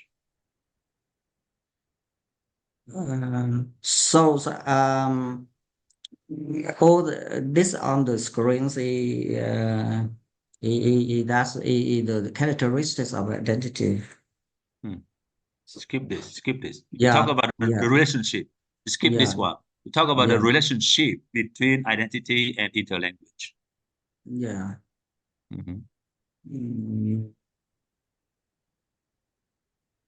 So the question is that why do you think that there is a relationship between identity and interlanguage? yeah. Because this identities and motivation, when you are, for example, when you want to learn English, what is your motivation? You what makes you like to learn English? Maybe because you want to choice into the communities of the speaking English speaking communities or the English speaking country. So you learn English, or you want to get a good job there, or you want to go to there to learn to studies to do the business or all those things to make you motivated to choice into learning English. So that's the that has the influence on that. So that's the motivation and your identity. For example, when like you because you are Vietnamese, so in the Vietnamese they are the economics is not better than other like United States, America, for example. So it's also make you sometimes when you talk to the U.S. citizen, you feel they are higher than you. You feel their knowledge, their power is higher than you, and makes you feel embarrassed. I mean that you will shine when have communication with them. But that does not have any relation to the interlanguage at all. So the question is that why? Why do you talk about identity and interlanguage? What is the relationship between those two? Okay, I'll talk to you about now. You don't need to talk. For example, when because if like example you are a high position in the companies or something like this, your identity is higher than others. You will use the sentence structures or the sentence is different from the ordinary people. So No. when you No, not really. transfer, yeah, No, not really you. No, it's not. yeah, It's not. Okay. So I'm yeah, going to tell this. There okay, is a relationship between interlanguage and identity. First of all, we know that some people, they have a high sense of their identity. For example, Japanese people, they have a very high sense of self, high sense of ego. Or maybe Spanish people, they have a high sense of themselves. So they create a language for themselves. They say that, oh, this is me. This is me, I speak English. And then they have Spanish English. And Japanese people, for example, if you go to Japan, you may see that not all people speak, English as we want, and they speak the language as they want. They speak the language as they want. They do not have a sense of thinking that, oh, I have to be native-like. I have to be, like an American, or I have to be like a British person speaking English now. I am Japanese, and then I speak my own English. And then when they have a high sense of identity, they create a language for themselves. And that is called the interlanguage. It is a combination of their language and the English language. So suppose that some people, maybe I'll give you an example in Vietnamese. Some people say that when we speak English and we need to say the Vietnamese names in English way. For example, I may say Hanoi, Da Nang, Đà Lạt, or Ho Chi Minh City, something like that. But some people may say that, no, I am Vietnamese. And then when I speak a Vietnamese name, I need to use Vietnamese accent. I need to use Vietnamese language. So I'm going to say, where are you from? I'm from Hanoi. Where are you from? I'm from Da Nang. I don't say I'm from Da Nang. I'm from Hanoi. So you see that when people have a high sense of identity, they possibly create a kind of language, which is a combination of one or maybe two or three languages together to show their identity. To show their identity. They do not want to change their identity possibly. So that is why we say that there is a relationship between identity and interlanguage. It means that if someone has a high sense of his or her own identity, he or she possibly creates a kind of interlanguage so that he may keep his or her own identity. Is that clear, Gio? Yeah, I understand well now. Is it okay now? Yeah, thank you, teacher. Right. Okay, so we're not talking about social class, blah, blah, anything else. That's it. For example, if you are from Saigon, you may do, I am from Saigon. You don't say I am from Saigon, because English people say Saigon. They cannot say Saigon, right? They cannot say Buôn Mê Thuột, Buôn Mê Thuột. But if you say Buôn Mê Thuột, you may lose your identity, for example. So that is the one way to explain the relationship between identity and interlanguage. Okay, keep on moving to the next one, please. Yeah. So I can share communication strategies. Keep on going. Yeah. So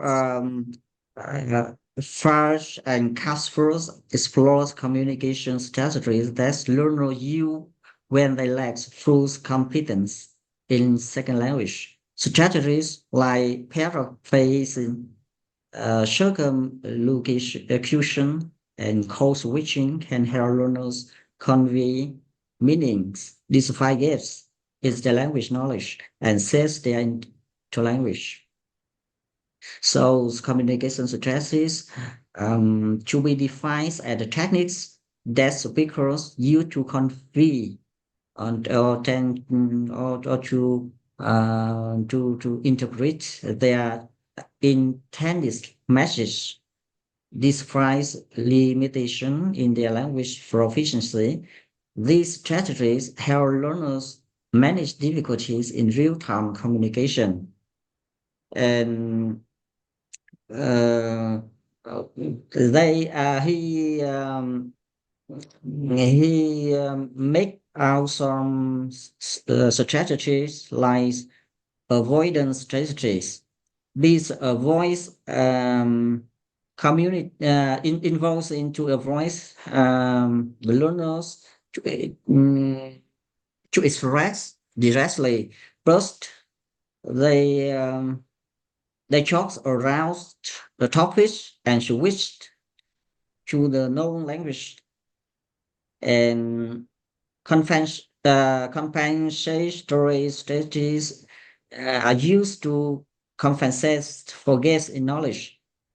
For example, learners might use synonyms, gestures, or paraphrasing to convey the meaning.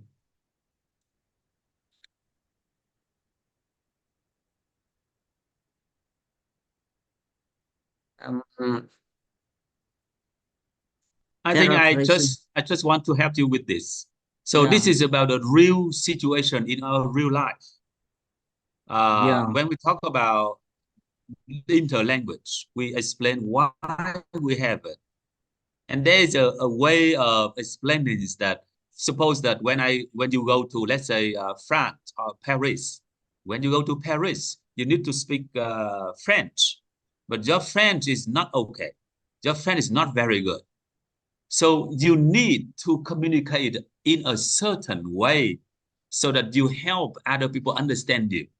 And then you try everything. You try everything to make yourself understood. And because of that, interlanguage occurs. So I give you one example. 7 years ago, I went to Europe with my colleagues. And most of the time we spoke English.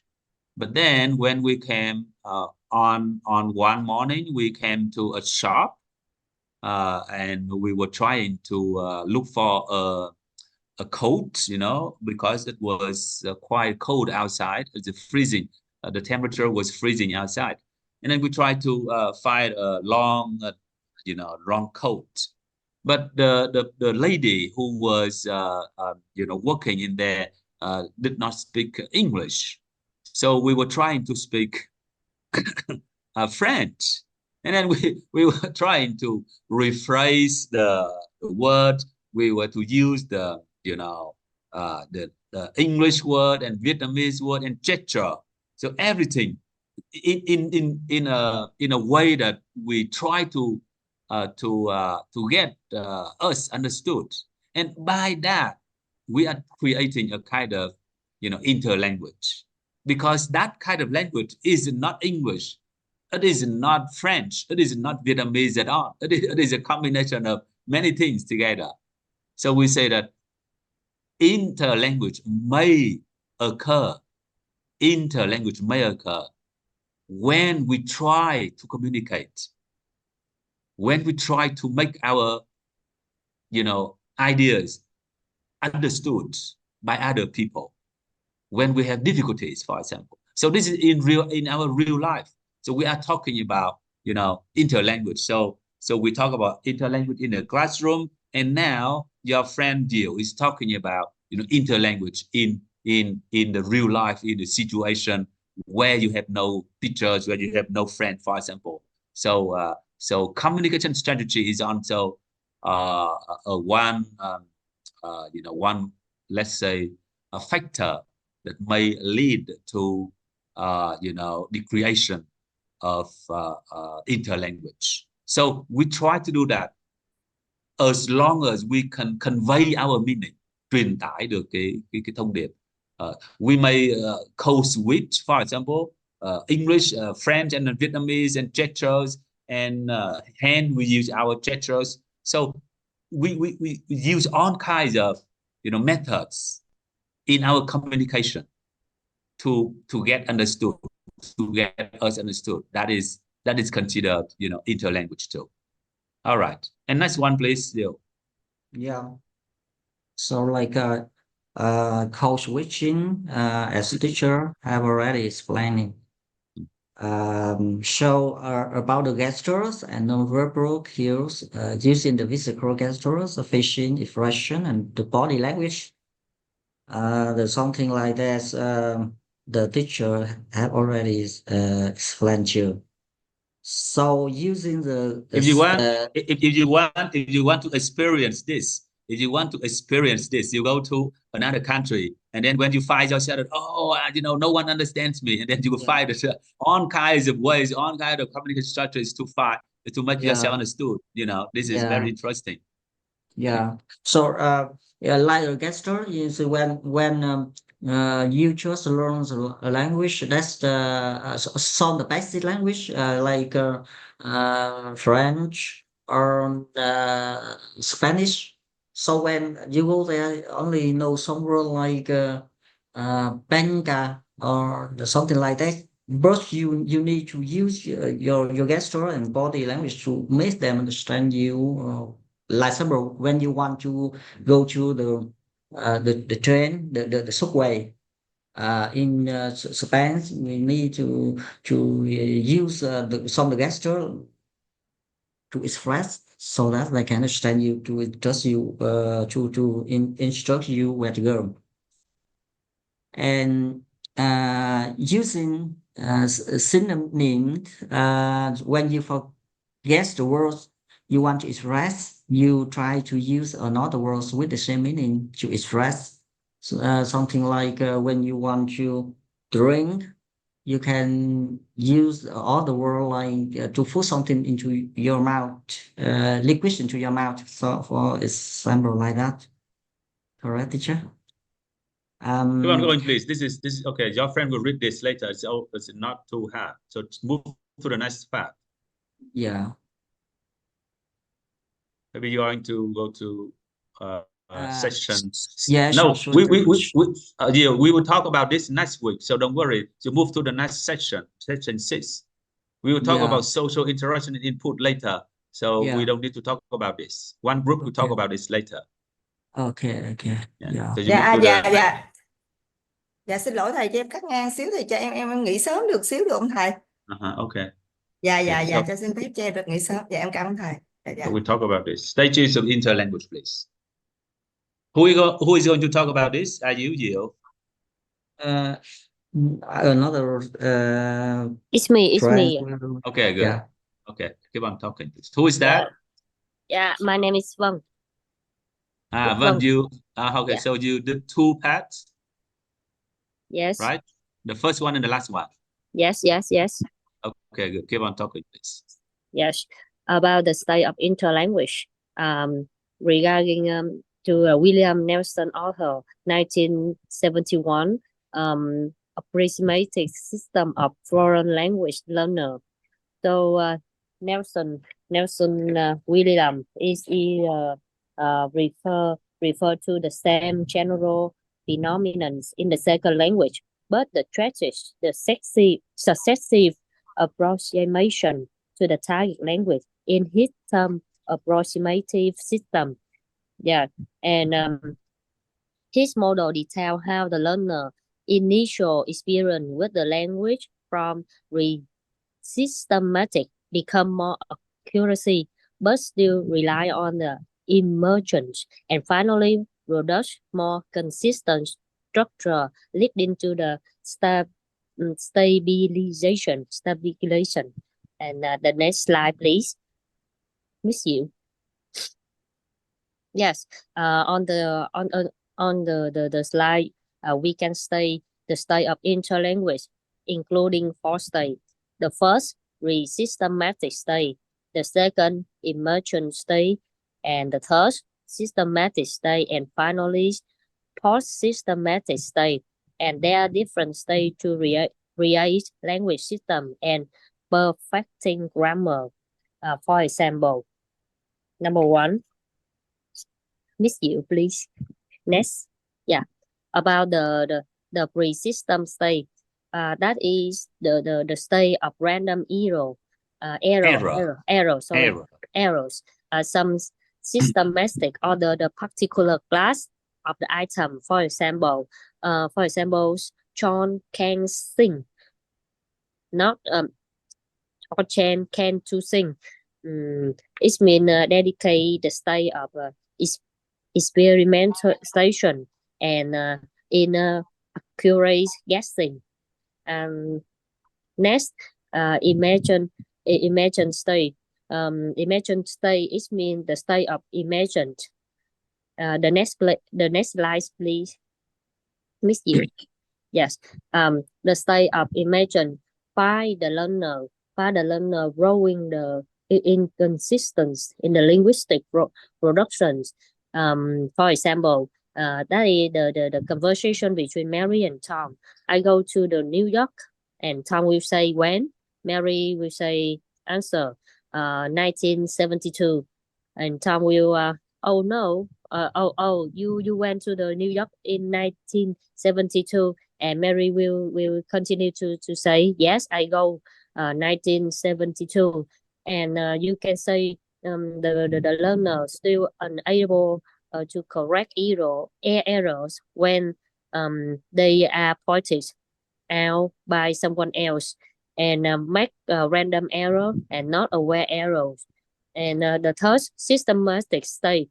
The systematic state is a truly systematic state, be able to manifest more consistency in the producing in the language. And you can see in the example, many fish in the lake with fish, their fish are serving in the restaurant, and B will also the fish are serving. I answer oh no, the fish are served in the restaurant. The learner can now the learner can use general rules of a language and mostly correctly. However, the listener can understand what the learner is saying. And finally, post-systematic state, or we can call the stabilization state. The learner has relatively few errors and has mastered the system to the point that fluency and intended meaning are not problematic. In this state, a few errors when producing language, and a mastery state, and maybe in this state we have fossilization. Minor error can no longer be self-fixed. That for example, maybe pronunciation error. That's I will try to fix about this. Yeah, that's on my presentation. All right, thank you. So, hello everyone. Is everything clear? We've been talking and we've been listening to a very, let's say, a prominent topic of second language acquisition, that is interlanguage. So when we talk about interlanguage, we know that it is a kind of phenomenon. It's a phenomenon we see everywhere in the process of our teaching. You are teachers, you are learners. If you learn English, you have this. If you are teachers, you know this. And you may have this in your own using of language. So when we talk about interlanguage, we know that it is a kind of language that the learner or the speaker, let's say, it could be teacher or learner everywhere. So the speaker of the second language creates from combining the first language and the second language and possibly the third language. And that language is not 100% the first language, not 100% the second language, not 100% the third language. It is a combination of those together. And we know that That is not standard, right? That is not. Even though some are understandable, some are understandable. We understand it. For example, miễn bàn, no table, but it is not standard at all. So we are language teachers. We try to get that, and we help our students, correct, so that they will have a better, language in their communication. After we talk about the definition, we talk about the characteristics of the interlanguage. And everyone knows that it is systematic. We can't avoid it. Language teachers know this. And don't get angry, or don't get frustrated, or don't get disappointed. Everyone has this. American has this when they study another language. Japanese people have this when they study another language. Vietnamese people have this when we study English, or when we study maybe Chinese or something else. So it is systematic everywhere, on the time. Old people, young people, women, men, all of us have this. It is systematic. And it is kind of, in our brain. It is our brain. That is characteristic number one. Number two, it is dynamic. It occurs everywhere in pronunciation, in vocabulary, in grammar, in culture, many other things. So it does not reside in one issue, but we see it everything. And another characteristic is that it is changing. It means that it is changeable. So suppose that we are Vietnamese.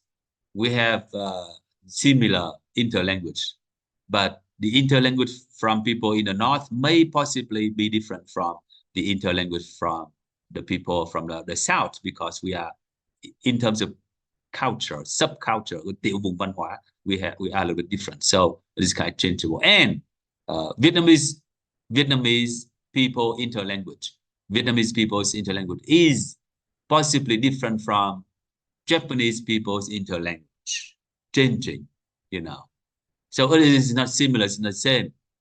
We know that. And then we have another characteristic, that is fossilization.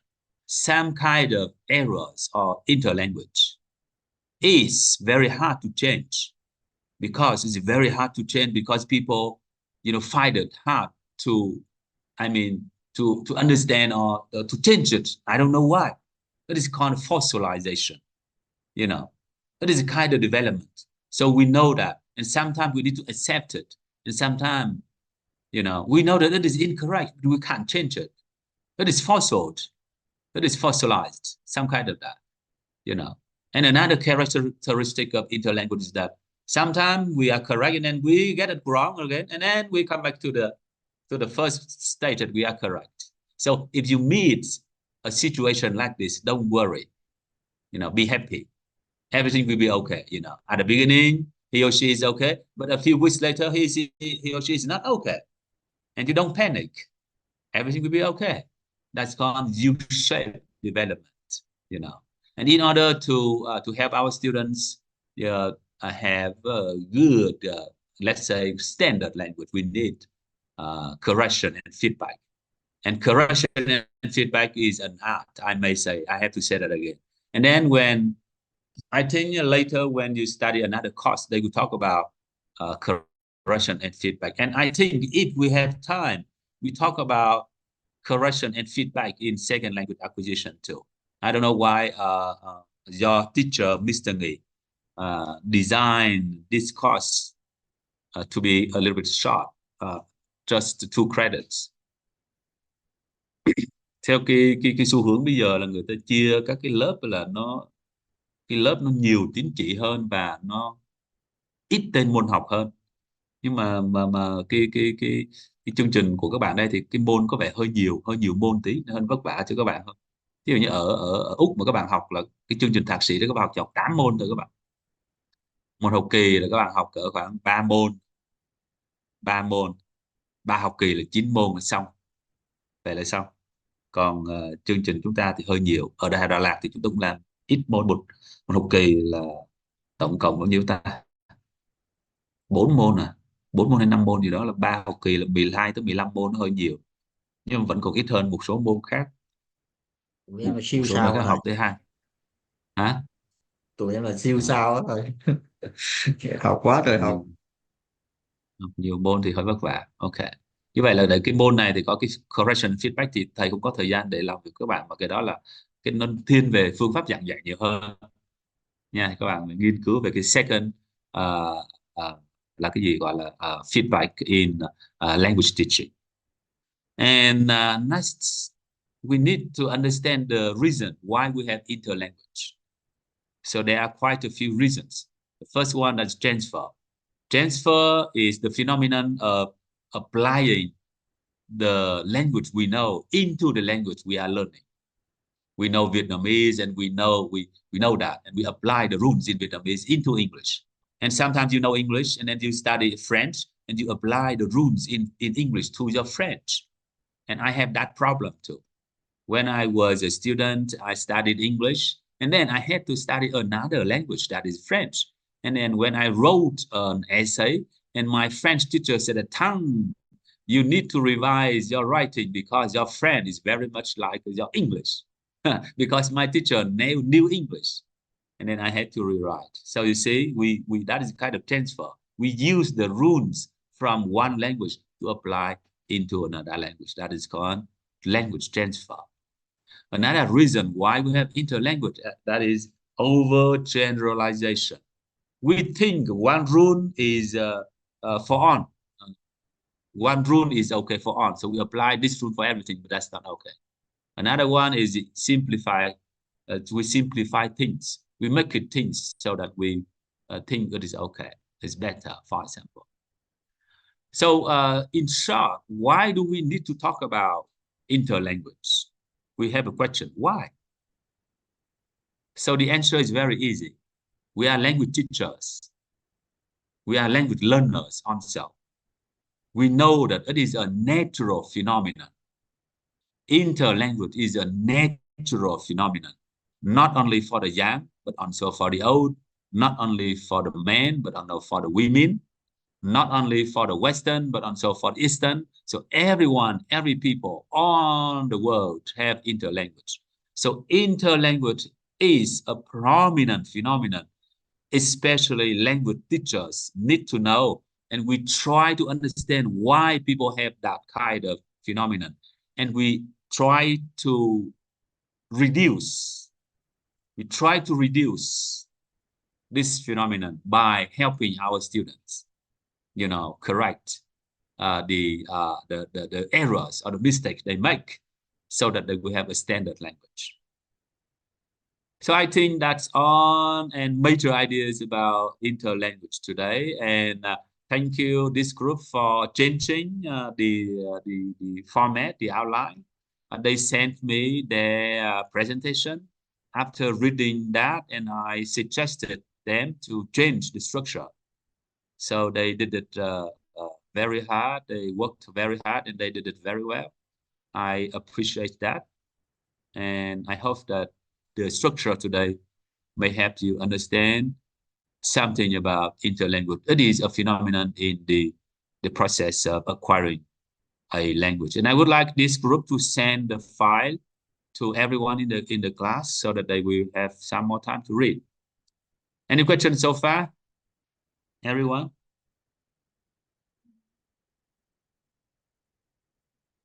Are you happy or not happy with the presentation? Are you happy or not happy with what I had just added to the presentation of this group? Hello, can you hear me? Yes, I can hear. So any questions so far, everyone? No, sir. No question. Okay, so thank you very much and have a nice weekend. Enjoy your evening and see you soon. Goodbye. Goodbye, teacher. Bye. Thầy ơi, cho em hỏi một câu thầy. Uh-huh. Một số bạn muốn biết là cái cách tính điểm của môn mình thầy là Hôm bữa thầy có cái nói rồi đó. Hôm bữa thầy có nói rồi, trình bày là các bạn được bao nhiêu một phần điểm, rồi là đi tham gia học một phần điểm, rồi và kiểm tra vừa rồi phần điểm, và cái kiểm tra assignment cuối cùng là hình như là 60 điểm phải không ta? 60 điểm phải không nhỉ? Thì thầy nghĩ có là 60 điểm đúng không? Thì bữa sau mình dạ, sẽ làm một cái bài assignment, rồi bữa sau thầy sẽ hướng dẫn cho các bạn cái cách làm bài assignment nha. cuối Xem cuối thầy, vậy là mình tí. cũng chỉ còn một bài cuối nữa hả thầy? Đúng rồi, mình còn bài cuối, rồi một cái bài summary của thầy nữa, rồi các bạn sẽ có một tháng hay là mấy tuần đó để làm bài khóa luận cuối khóa đó, thì bữa nào thầy sẽ soạn ra cái format của bài luận cuối khóa. Rồi các bạn làm nhé. Dạ dạ. Ok. Có ai hỏi gì nữa Rồi, không? rồi cảm ơn thầy. Có ai hỏi gì nữa không? Dạ thầy ơi, em là nhóm số 5 á thầy. Thầy cho em Uh-huh. hỏi là khoảng bao giờ thì mình học nốt buổi cuối ạ, để tụi em chưa chuẩn bị Bắt đầu làm luôn đi. Bắt đầu làm dạ luôn đi. dạ Tuần sau thì thầy đi công tác rồi, nhưng có thể là tuần tuần 17 tháng 11 chúng ta có thể làm 17 hoặc là 24 gì đó. Làm luôn đi nha. tụi em thì làm rồi nha, đang tính sửa lại thêm á thầy. Có À, gì em gửi cho thầy rồi thầy nhận xét giúp tụi em nha thầy. ok, làm xong rồi gửi cho thầy ngay nhé. Làm Dạ xong vâng gửi ạ. thầy. Dạ. Ok. Dạ em cảm ơn thầy ạ. Ok, thank you. Rồi, có ai hỏi gì nữa không? Bây giờ mà đi uống cà phê thì trời đẹp này đúng không? Mà thầy ở Sài Gòn là thầy mời các bạn đi uống cà phê, nhưng mà thầy Đà Lạt sao vậy? Ờ, bữa cuối học offline hay bữa nào đó thầy? Bữa nào thầy xuống Sài Gòn thầy rủ các bạn đi. Nhưng mà cà phê Sài Gòn có vẻ hình như là không đã bằng cà phê Đà Lạt đúng không? Nếu mà không ngon bằng nên là Ok. nhưng mà nó cũng có cái chiêu chiêu riêng của Sài Chị Gòn. Chi riêng. Ok, ok. Rồi, vậy nhé. Bye bye mọi người nhé. Bye bye weekend. Bye.